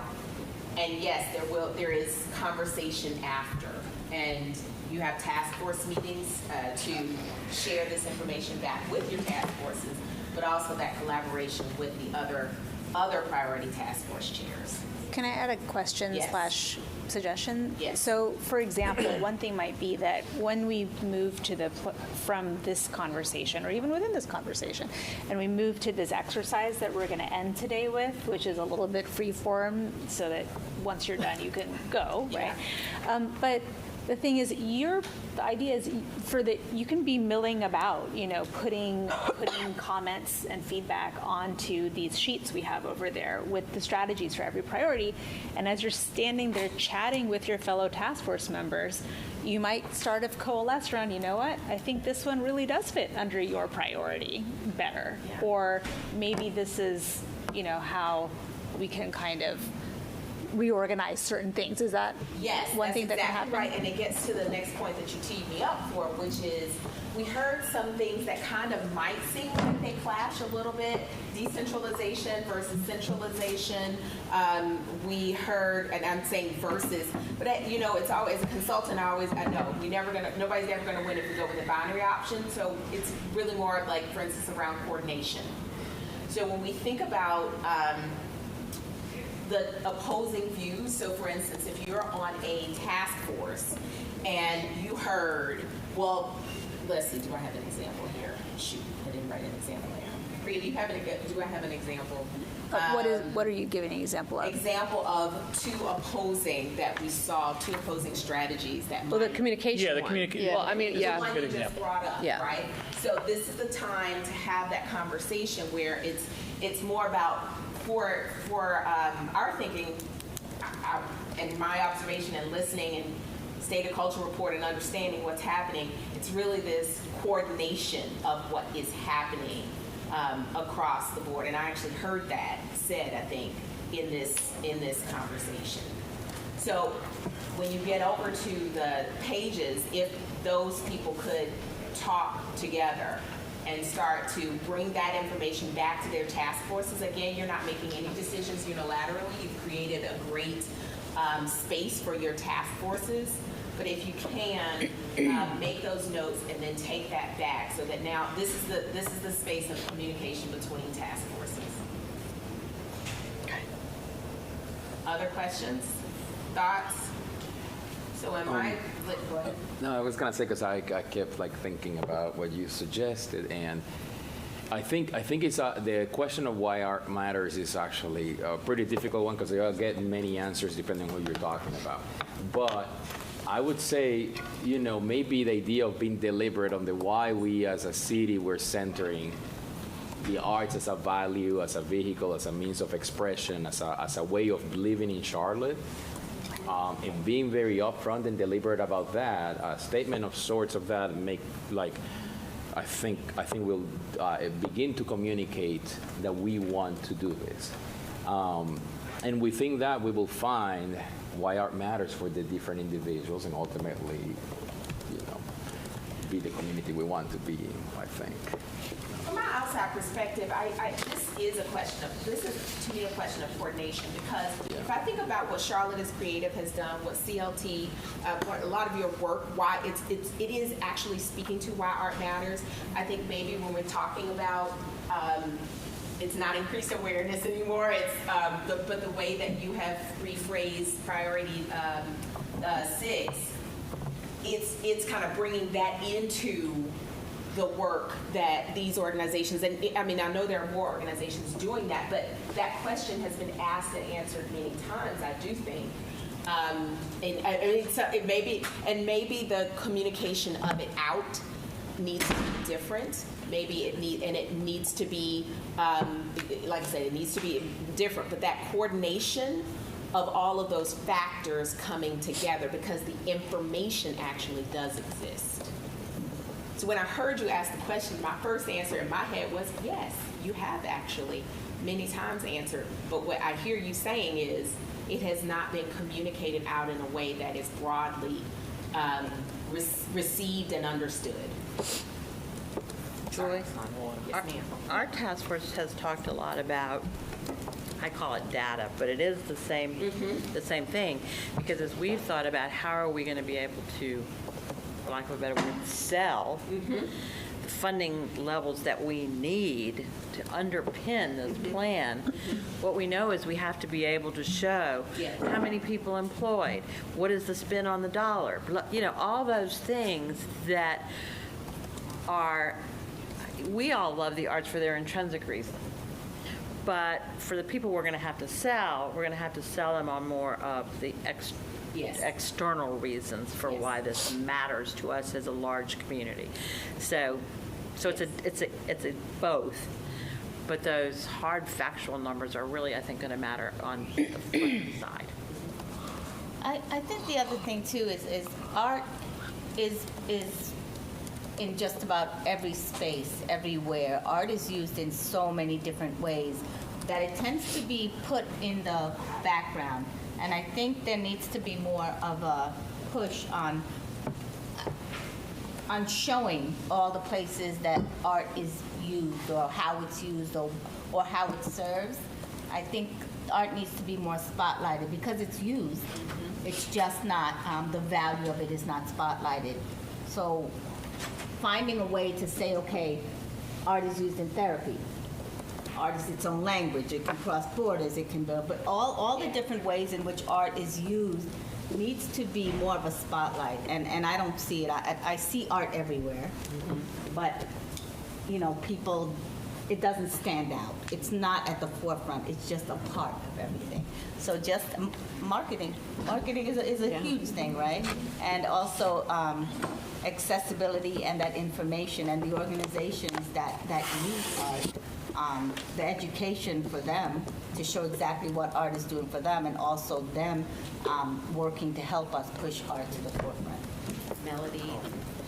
Really quickly, I just wanted to say, this sounds like this is a start of how do we market the cultural plan for the city for the residents to accept. That's what it sounds like to me when we talk about communication and showing why art matters and showing the data. So my marketing brain is like, that just sounds like how we push for the acceptance of this cultural plan. I think non-seers or something like that, non-prevailing arts was in, non-seekers was in parentheses. That was great, right? Because what you just said, we know where to look for art. We know all the things you said. Everyone in here is like, absolutely, art is there. Art is in cooking, right? Like food is art, but people are like, what are you talking about? I don't know how to finger paint. Like that's all they know. So if we could maybe define it, but not tight, right? Like add some things in. This is art, this is art, this is art, this is art, this is art. All these things that you've already consumed, that you already love, we could absolutely celebrate. I can't finger paint either, right? But so what? You know what I mean? And it's because, again, when we had the quarter-cent sales tax situation, it was, what about 8 million other issues instead of what is sustaining us? So if we could kind of change that conversation to what's already working and what we already love, you know, to your point, I think it would be perfect. So can I just throw this out there? To that point, that extra money, can't some of that be used for marketing or coming up with so in other words, it's sort of an underpinning of all of our plan, of the plan and of all of everything we're doing. You know, because people have no idea. People have no idea, and you know they're gonna. I mean, there's been a ton of work, I don't need to tell you all, that's gone into this. So that's something that's been on my mind is, how do we market this? And then also $700,000 to run the campaign for the referendum, so $793 matches up. So I was just going to mention that could also be a tactic under one of the strategies is, right, a task, build it into the plan. And that's true of any, I mean, frankly, I heard things in Priority 8.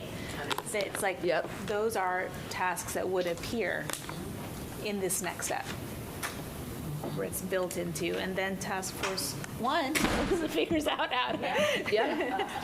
Yeah, I would just like to make sure we don't confuse marketing and communication, because they are not identical things. So marketing is important and communication is also important.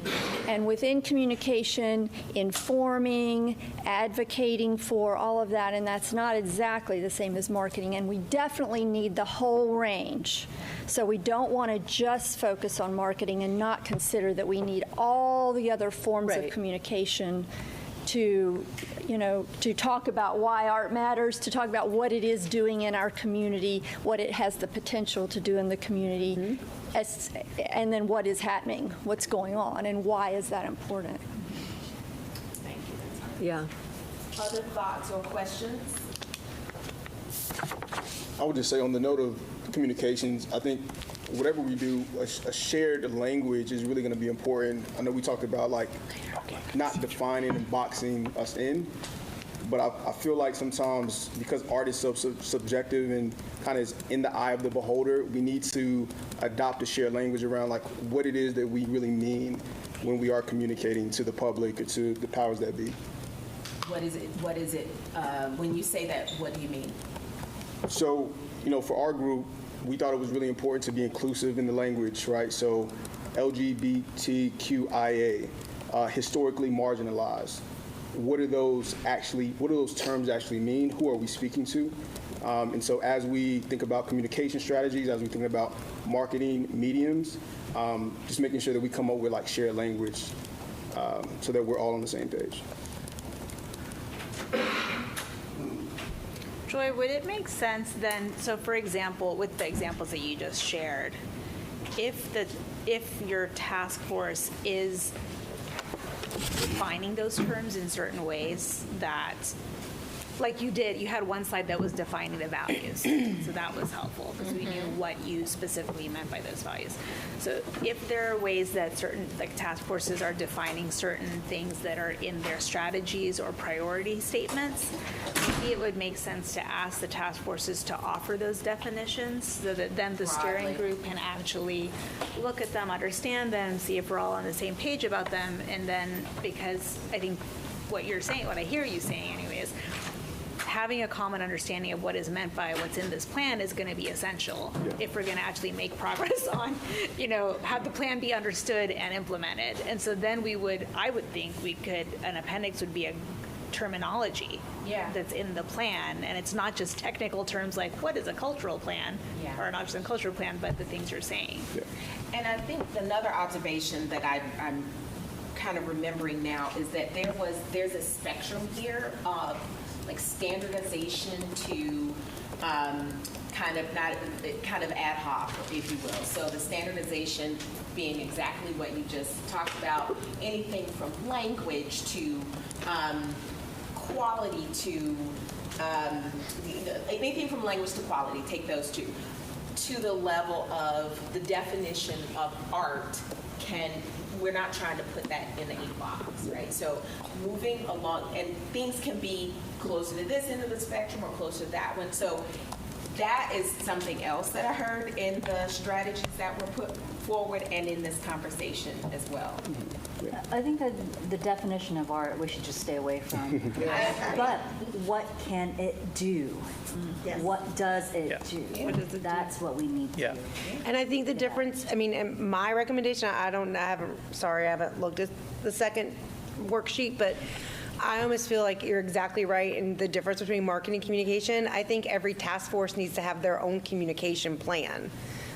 When we're looking at Task Force 6, that's an overarching answering the question of, how do we get to these non-consumers? How do we get people excited about knowing that this is a cultural piece? But I think when we think about what you have to do in education or what you're having to do from an equity lens, those are different audiences. They're going to have completely different communication channels. And that's different than Task Force 6, which is more about what is a branding, really marketing strategy. For the culture plan is really how we are approaching Task Force 6. Yeah. So April, I want to make sure I understand. So do you mean that each task force would recommend a communication strategy? Right. Well, I don't think you're looking at. I wouldn't expect you to look at, especially since we're saying that there is this decentralization. So the way Justin Pierce is going to communicate through CMS about arts and advocacy programs is very different than the way we might approach a communication to a historically Black neighborhood or to the LGBTQ. All of these priorities are going to have different communication strategies, which is inherently different than marketing. From a standpoint. So I think that everybody needs to be thinking about how these individual tasks will be marketed, will be communicated from that standpoint, because I don't think that all comes under priority 6, if that makes sense.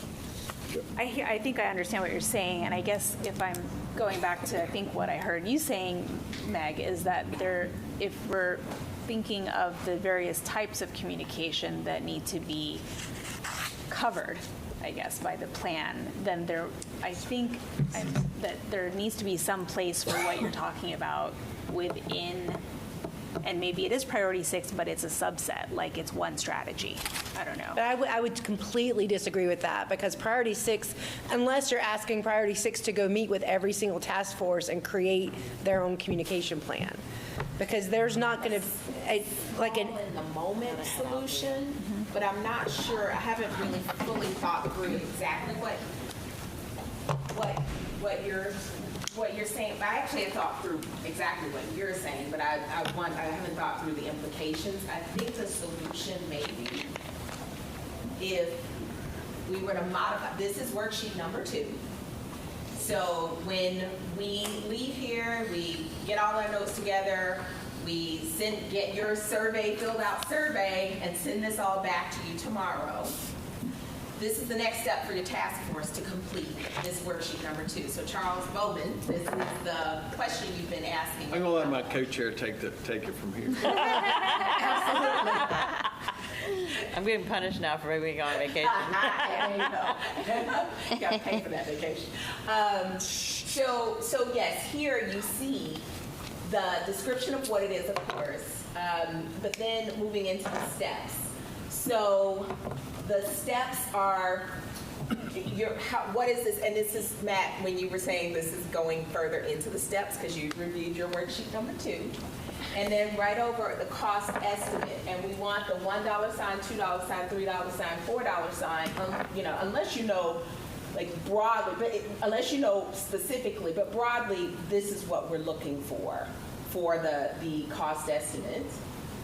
The outcomes and the outputs. This is really important. What is the desired end? So what are you going to produce? What's the output? What's going to be different from where we are before, so this outcome, and what you hope is going to happen in the long term as a result of this strategy. So that's your impact, okay? So we're asking now, this is how you are defining your success, the outcomes and the outputs. Who needs to be involved? So that's what we have always been talking about, the leadership and the partners and the stakeholders, the resources. And this is where I'm thinking we can add in this question about the communications, something around, and we have to think this through because we're not, these are not communications professionals who are doing this work, but this is where I think we might have an opportunity with this point. Well, yeah, I mean, I guess here's what I struggle, I'll just share, Okay. Here's what I'm struggling with, is that I think, and we do have some communications professionals on that task force, which was by design. But No, on that task force, yes, Right, but right. I mean on all these task forces. But I guess what I struggle with is I think the plan needs, so Task Force 6 does need to, so it's good that you're approaching it as how do we communicate the whole plan? That's part of it.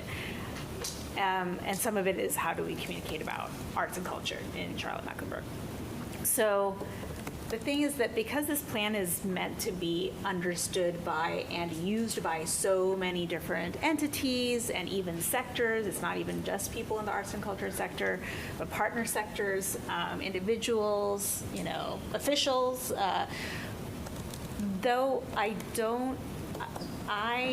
I have some hesitation about having individualized communication plans for each priority because I think the overall plan needs to be understood, understandable and understood by the various, constituencies, but not to the degree of granularity that then because that's a whole nother responsibility of who is going to lead and do communication for each thing. Instead, any person, whether it's like April or you, Joy, or me or Meg, if we're plugging into a certain aspect of a certain step within any of the priorities, we just need to be able to have understood it well enough that then we can communicate to our network. So my network's going to be, like you said, different than your network, different than Khalil's network, right? But I just feel like getting that granular in terms of that particular communication strategy is going to be difficult. We need to. So what you're speaking to, the implications, that's what I was trying to figure out. I had not thought through, and I agree with that. If it, to me, it makes sense what you were saying. Obviously, I think from my perspective, the easy fix is under resources. You just need to, you've got examples of funding, people, equipment, space. You need to add communication. That's a resource, right? Like what is the communication that there's something that's going to happen from all, or just going back to some of them specifically. And I don't mean to pick on the education, but the education one very specifically is going to need to be able to communicate directly to schools or through CMS or through the CMS channels or stuff. And it's like, what do you need what do you need? Yeah. You don't have to come up with a strategy, but what do you need? Well, in our particular case, the communication about the importance of arts education, what it provides, how it furthers a person's development or a community's development, that's the number one thing on our list. Like, that's our number one strategy, you know, because we feel like before you do anything, you have to lay the foundation for building whatever you're going to build. And that foundation is, to me, always what is the value of this, the arts, or arts education. What is the value? Why is it important? And what can it do? And what does it do? And then, so you have to constantly be tilling that soil or whatever. You've got to constantly be creating that. And then the rest of it has to come out of that. And so, you know, I feel like there are the very tactical things like how are we going to communicate about the cultural plan, or how do we market the events and activities in the cultural sector that happen across our community so that people are aware of them and come and participate and spend their money. But then there's also this sort of foundational piece, which is, why does any of it matter to the person on the sidewalk? Any of it. More importantly, to the person that's voting for the money. Well, or that has the money. Or that has the money. The person who can it goes back to the support funding it. too. The If we don't have corporation, whatever. Yeah. Exactly. All those audiences, there's still the basic question, like, why should they care? Why should they invest? Why should they participate? Why should they vote? Whatever it is, why is the connecting point there. Right. So. Well, from our group, equity, I mean, art is an equalizer, right? I mean, to extend upon, you know, we're trying to build equity within funding and opportunities, but also art itself. Creators of art, once it is an equalizer when you experience it in its fullest, you know, way. So, I mean, that's one of the, I mean, as far as communication, right? Okay, so this is what's called a robust discussion. And we have a good opportunity here. So Julia's been taking copious notes. We have, and I'm not ending the conversation at all. I actually am thinking, I think people are like, okay, what do we do? We're just at a pause point. We're still, the point of worksheet number 2, the point of the worksheets is to help you to walk through the process. So now you're at this point where you're talking about exactly implementation, which you've been wanting to get to since day one. We'll continue to think on and talk on many things, including communication. Not marketing, communication, for sure.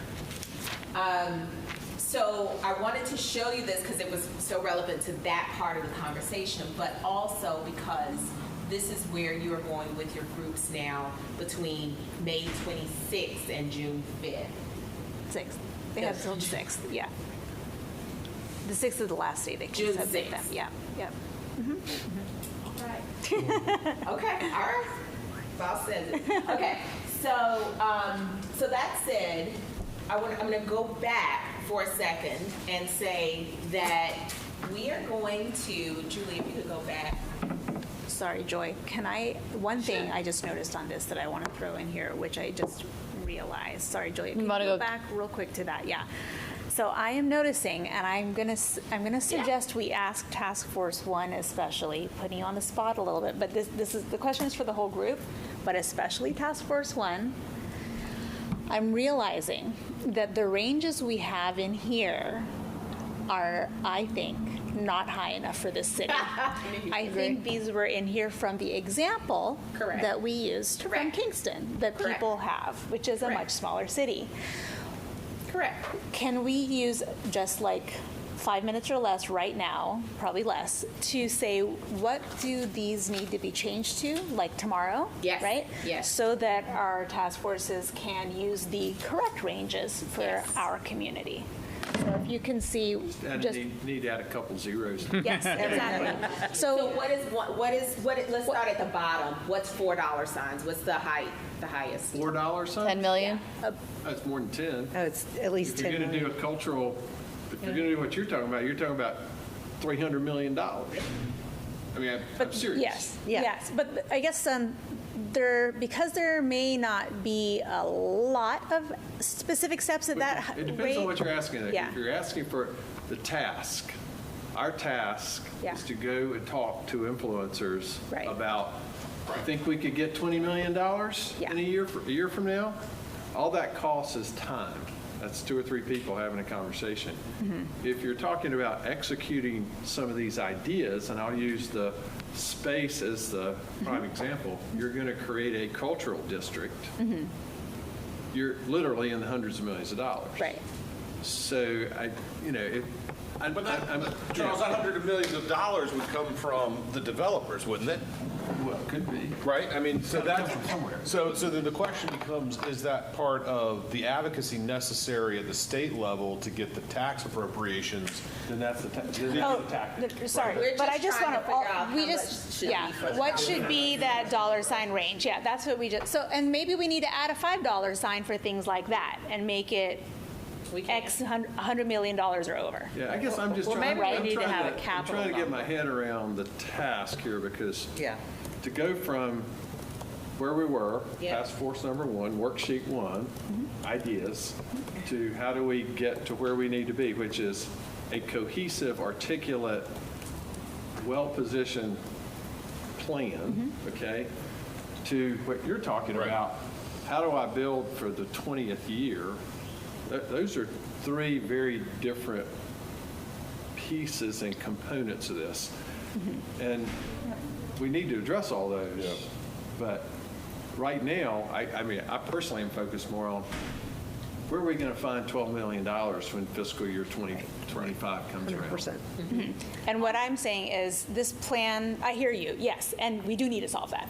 I'm just saying on the way to that, we are all going to be identifying what is the, how many millions of dollars do we need and to secure that. And so that's where we've got to fill in these ranges. It's still problematic, Scary. You had your hand up. Can I ask if we are putting the cost of the steps, of each Yes. step that we're Correct. taking? Not the entire end all, but each step that we're taking on the way to getting there. Correct. Exactly. And so you're filling out one of these per strategy. So let's say you have 5 strategies.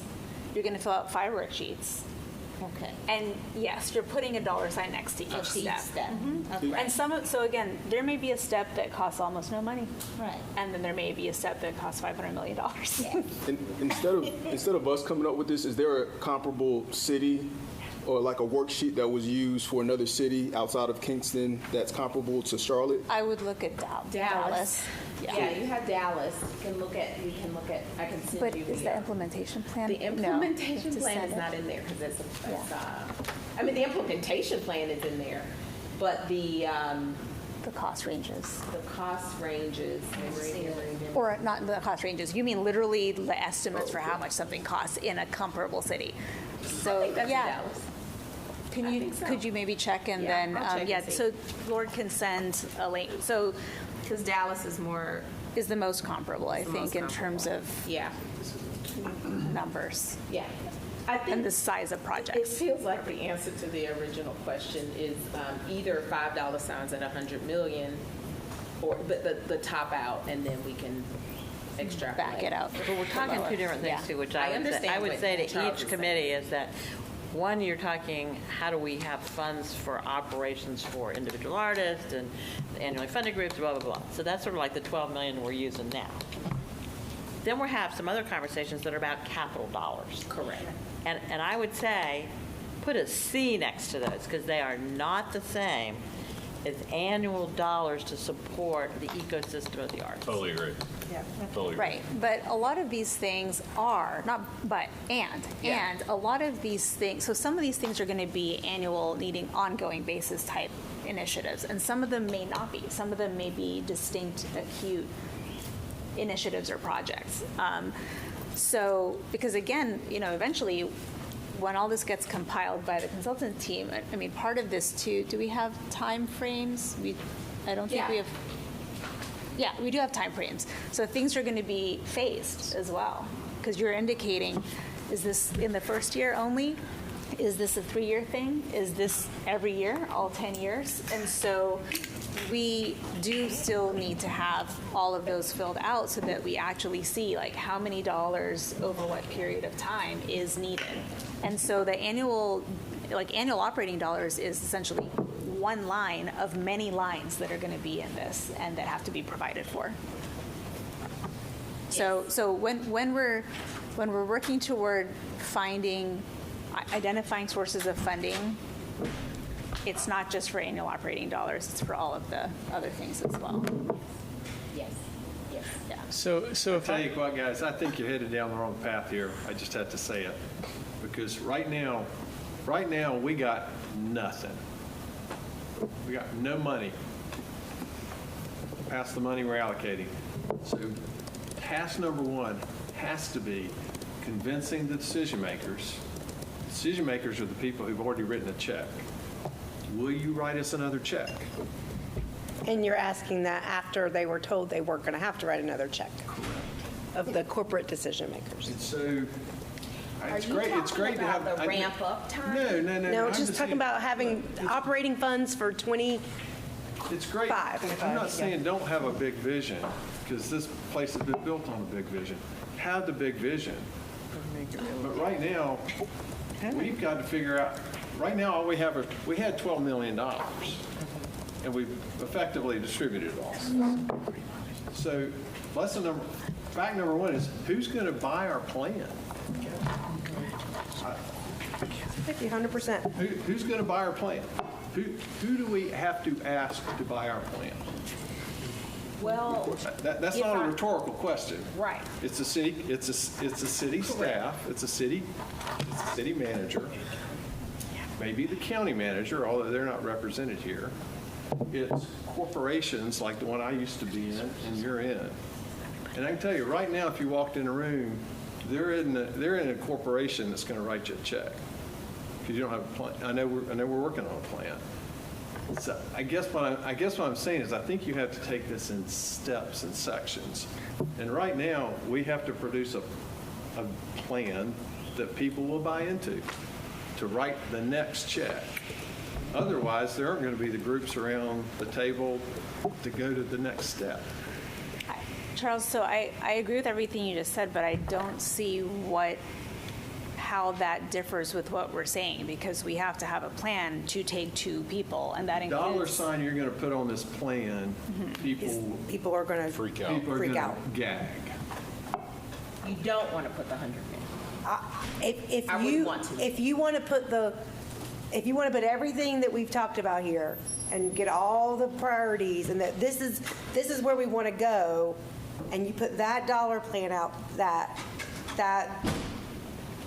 So let me tell you a story. So we did the Chicago Cultural Plan, and it had 10 priorities, 64 initiatives, and if we had publicly announced the cost of doing all of those things, it was something like $2 billion with a B. We did not, and that was on purpose.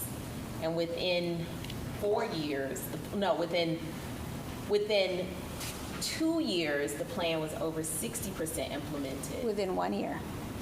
Oh, yeah. Yeah. It's not 2 years. No, it was at the end of the first year, 60% of the plan had already been. Yeah. So my point in saying is, I think I'm kind of agreeing with you, but I am actually confused because one thing that I do keep hearing from everyone around this table, a lot of people around this table, is how much is the plan going to cost? How much is the plan going to cost? So we want to make sure that people know how much the plan is going to cost. But I do agree, and I've lived in many instances with that sticker shock situation. So I'm wondering how we toggle between that the need to actually know how much the plan costs. We'll make it real. So tomorrow, you got to go talk to Marcus, and you got to ask him for something. What are you going to ask him for? Tell me what your pitch is. What my pitch for the plan, Marcus, you're in front of the city manager, who's the decision maker. Yes. What are you going to tell him? We have all these wonderful priorities. We are clear. This is what the city has told us that they want. This is their vision for culture. It is backed by the city, by the region. It's going to include these elements, and it's going to have this cost associated. And how much money do you need for me to build into my plan for next year? That's what you're going to tell me. And not, you're on one, so you're waiting for that number, but that's what you're going to tell me. Okay. If y'all think y'all can sell it, more power to you. I'm going to ask, nope, not going to ask that. So what's the solution? Yeah. Like, what are you proposing, Mr. Charles? I think the first step is decide how much money you think you need to keep the groups stable, keep the 37 groups stable that we have today, take care of the mid-sized groups, solve the equity problem, and have a big chunk of money that's for individual artists. That would be my first step. Say, this is what we think it takes on an annual basis to sustain what we have. I'd get that first, and then I'd say, now we have capital needs because we need to build facilities, et cetera. So we need to plan for whatever that next step is. If it's whether, I don't know how you get there. Do you get there as a new tax, or do you take part of the rental car tax? He'd have to figure out, if I'm Marcus, I got to figure out what those sources might be. And that's another step, because that's big. I mean, that's really big. But for right now, the immediate thing is we don't have a system to support what we have.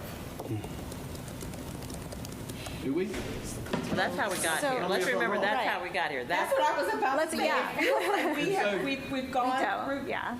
But sitting here today, we do not have a system.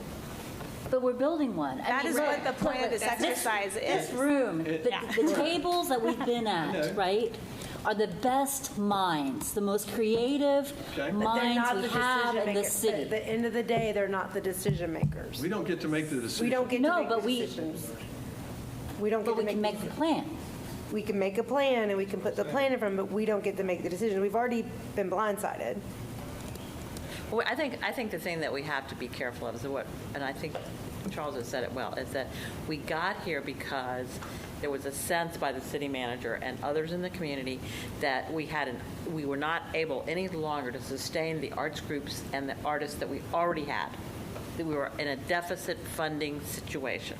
So that's why this was created. And so when we go back, we have to ask for what we need to get stability and some growth in the sector. And above and beyond that part we have to be able to sell in what I call the now time period. And then we have to have the longer term vision that looks at how funding needs to occur over the next 5 to 10 years that includes facilities, and then how will they be funded for maintenance and all the things they need. So to me, it's a two-tier question. Because if we try to sell it, it's all one thing now, we won't get the money. I don't think. I hear what you're saying, and I guess what I think is what both of you are talking about, all of you are talking about, is actually addressed in the phasing. Because the plan needs to have these tiers and phases. The time That's what frame, I mean. yeah. Exactly. The plan, the full vision should be there. So let's also remember that the reason this plan is happening, and I think what the funding partners also signed on to was when City Council called for this public-private partnership, they also called for a long-range vision and sustainable plan for the fullness of what we want to do. So we cannot the mandate that we as staff and the advisory board have received to move on is not a bite-sized solve one little thing. It is actually much bigger than that, and we were tasked with doing this long-range vision. But what I think you're talking about, Charles, is what pieces do we solve for first and take those in chunks based on the urgency. And that is what would be sold based on the phasing. And so you essentially front load the things that are most urgent and the things that need to happen first before other things happen. And those are the pieces that then, whether it's the city manager, county manager, private sector, whoever is involved, work on getting those things funded first. Yes, right? because 12 months from today, there's no money. The 12 million is done, okay? So let's be clear. We need to know what we're going to say about FY '25, 6 and 7, along with the bigger plan. But critical to success is knowing how we're going to run that rabbit, in my mind. Sustainability is the most critical piece right now. And that we was- can have all these wonderful, amazing, great ideas and have plans for them, but the most important thing right now is a plan for stability, is to be able to go and say, this is the minimum, which we know is more than $12 million, but yes, we know it's more than 12. It's more Let's than just 12. put it there, because we see how much, we've got 12 a year for the last 3 years, and we see how much more requests we're getting. So we know it's not 12, we know it's higher than 12. That's just the baseline. We can't even start talking about cultural land grants or, I mean, anything. Or, you know. I don't think we cannot talk about those things. I think we can talk, we just, that can't. They I don't have know. to be When in you the look at section of the plan that says, and after this, we get to sustainability. Well, next is this. And it's in the time and frame. it can be, so clearly, year one has got to be those things that are about stabilizing and sustaining everybody across the sector. And also, I'll just note, clearly, amongst not even just the advisory board, but also the steering group and the broader task forces, there are differences. I mean, you're going to hear, we know, we've already heard a range of opinions on what is needed for sustainability. We've got narrow views, we've got broad views. But I think something we've also learned from listening to almost 3,300 people across this community is we need to trust people to know what they need to be stable and to sustain. And that's individual artists, creatives, and groups of all sizes, large, medium, small. So it sounds to me like each task force needs to think, when you're completing the cost ranges and the phasing, the timelines for the things you're recommending, the things that Charles and Cindy are talking about, which is what are the things that need to happen first within our priority area? That's a good, yeah. Right? What needs to happen now, and then what do we build toward? Yeah. And put that into the phasing, so that then the dollar amounts of what needs to happen right away, that can be added up and gone after. Is that kind of what I'm? Yeah, and I think you have in the form, other than the numbers, you have the right thing. What Yeah. is this strategy, what is this priority, the strategy cost? Yes. What do you think it costs? And what time frame does it cost? And I'm just going to tell you, when we can do all that work, we're going to be way past what elected officials would fund. So we're going to have to reality frame it. That is 100% true. 100%. I told you, I just gave you an example of a $2 billion. If you put that number out, people would have killed, right? There you go. Can I say something?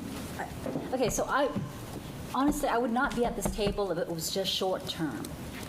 The reason why a lot of us are here is to dream big. And quite frankly, art never happens, great art does not start with a restricted lens. We dream big. We're not saying not to do that. We're saying it's a both and. Yes, I understand that. But I just want to, that we shouldn't dismiss the big, because that's what we want. This to have longevity, sustainability, right? We want our grandchildren to be here and enjoy the fruits of why we're here. And so that's just my 2 cents. And I agree with what Cindy just said. I mean, we're not saying not dream big, but we're also saying we have to have a reality lens on what it's going to cost. I mean, I think all of these things are important to have in the strategic plan, and I know you specifically, Doug, can say,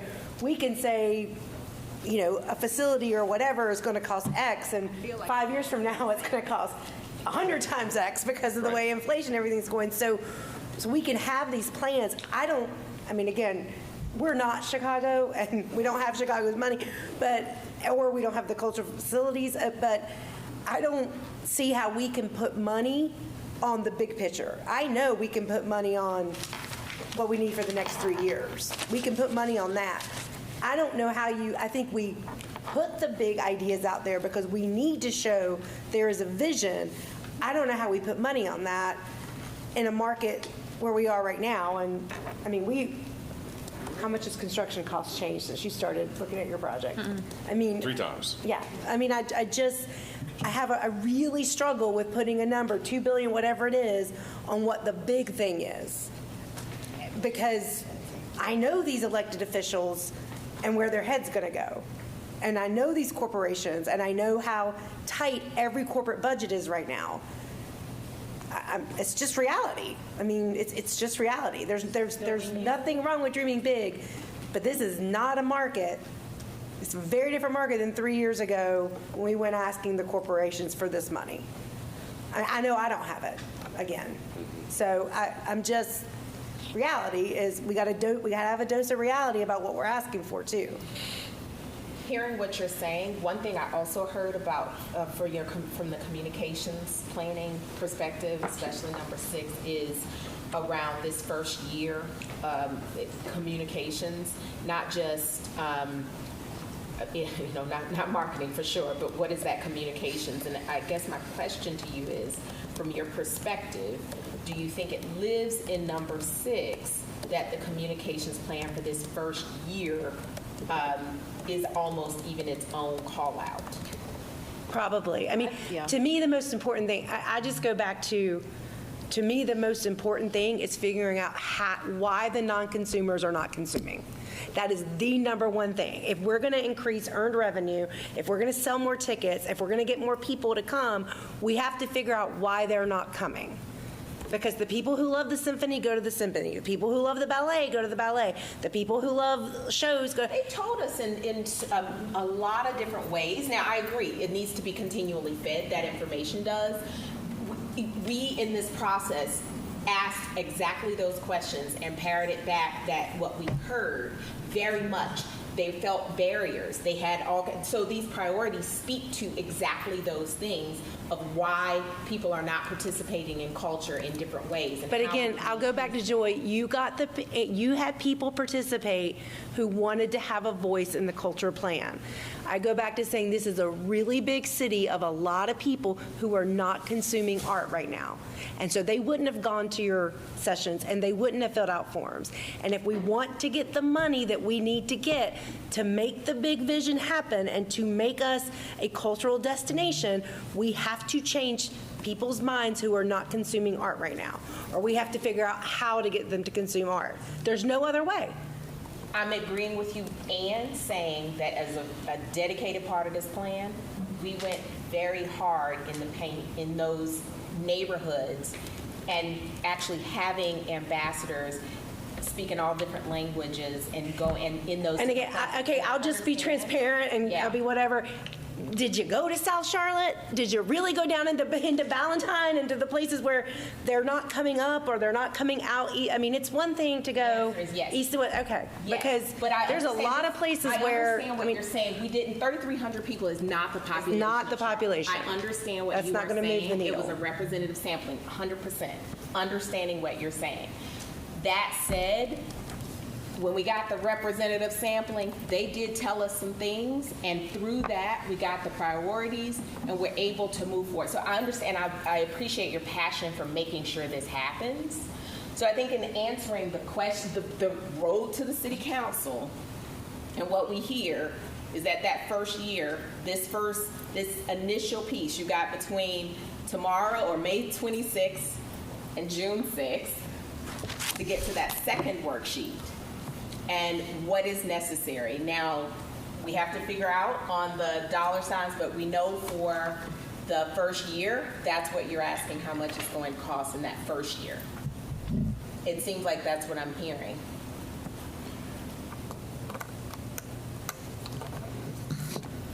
Or the first 3 years. I mean, we did a 3-year thing here. Or it might be certain, I'm hearing too, it might be certain line items over the long haul. So like over 10 years, certain things are like the absolute foundational elements. What do those cost? Because one of them was like I think you have operating to paint a dollars. vision of what everything can be. Yes. I'm all for the big vision, but you get down to brass tacks. We do not have a system today to take care of the groups that we have on an annual operating basis. Correct.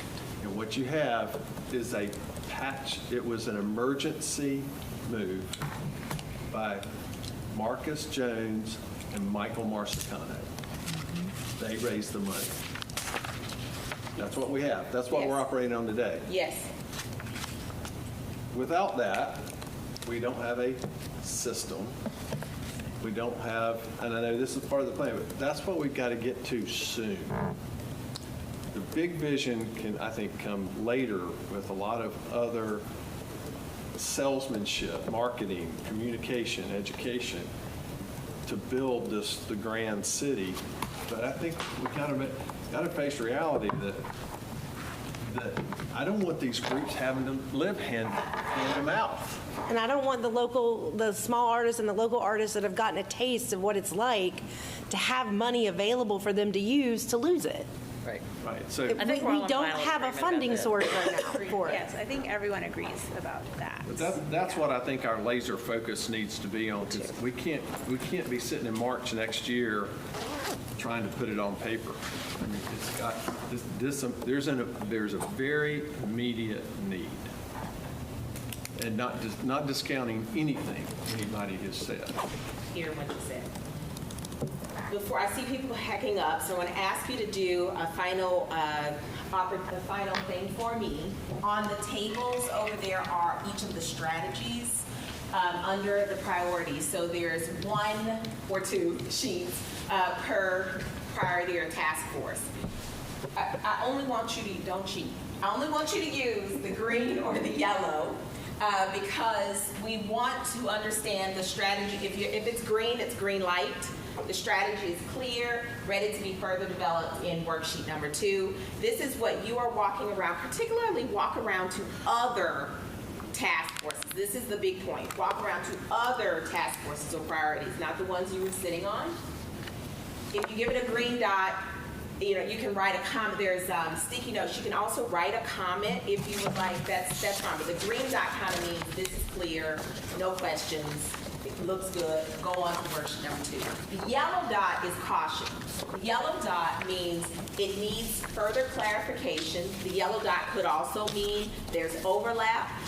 With the yellow dot, please make sure to write on your sticky note what the question is, and also, if you can, put your name so that we can identify whose comment is from, so that we can understand, and more importantly, the task force chairs and those task forces can see what the comments are, okay? So green and yellow, and comment. You can put the comments on the sticky notes. You can also say if it looks great. That's also a nice thing to say. That is our final activity for the day, but you all, Cindy and Priya. I'm just worried that we only have 10 minutes. I don't think we're going to get very good output there. It's also in the survey. Yeah, you can do it. I mean, we did the survey. It's in the survey. It's in the Yeah. survey. Although, again, are these sheets reflective of the PowerPoint slides or reflective of the original documents that? These are the strategies that you all sent to us. Earlier, before today, or Yes. before the And deadline for if you yesterday. change your strategies from last week to this week, we have not Right, but it appeared to me in some of the presentations like there had been some changes in the strategies, but maybe I'm mistaken. Most of the task forces, at least that have been in contact with this week, have not changed strategies since last week. Joanne, I know you guys. Joanne and I did. Yeah, we worked on it this morning. It was more clarification. Yeah. Right. You know. Yeah. So that might be the one task force that has changed something on the strategy. That's right. Constantly changing. Yeah. Okay, I mean, so they were that- good that's- changes. but- You know, I thought they were good. So it's reflected in the survey.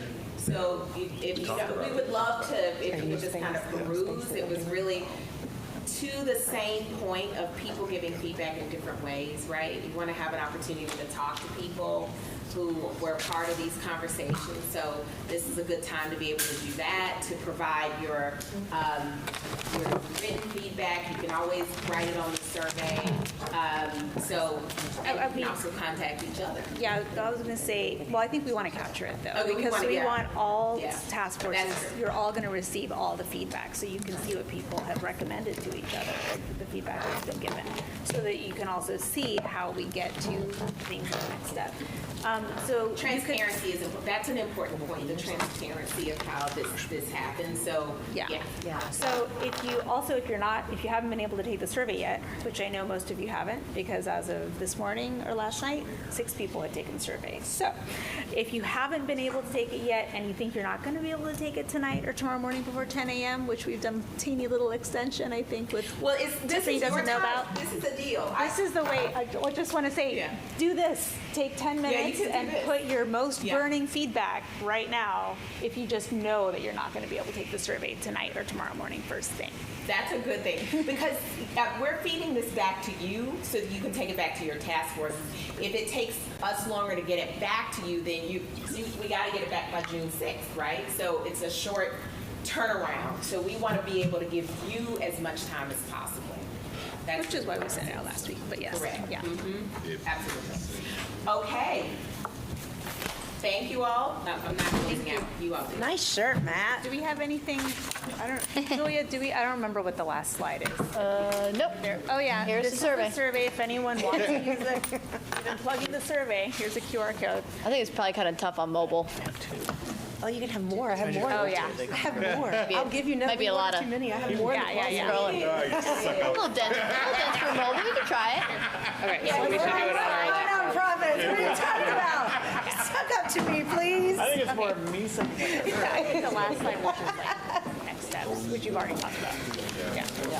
I'm going to learn that. Okay.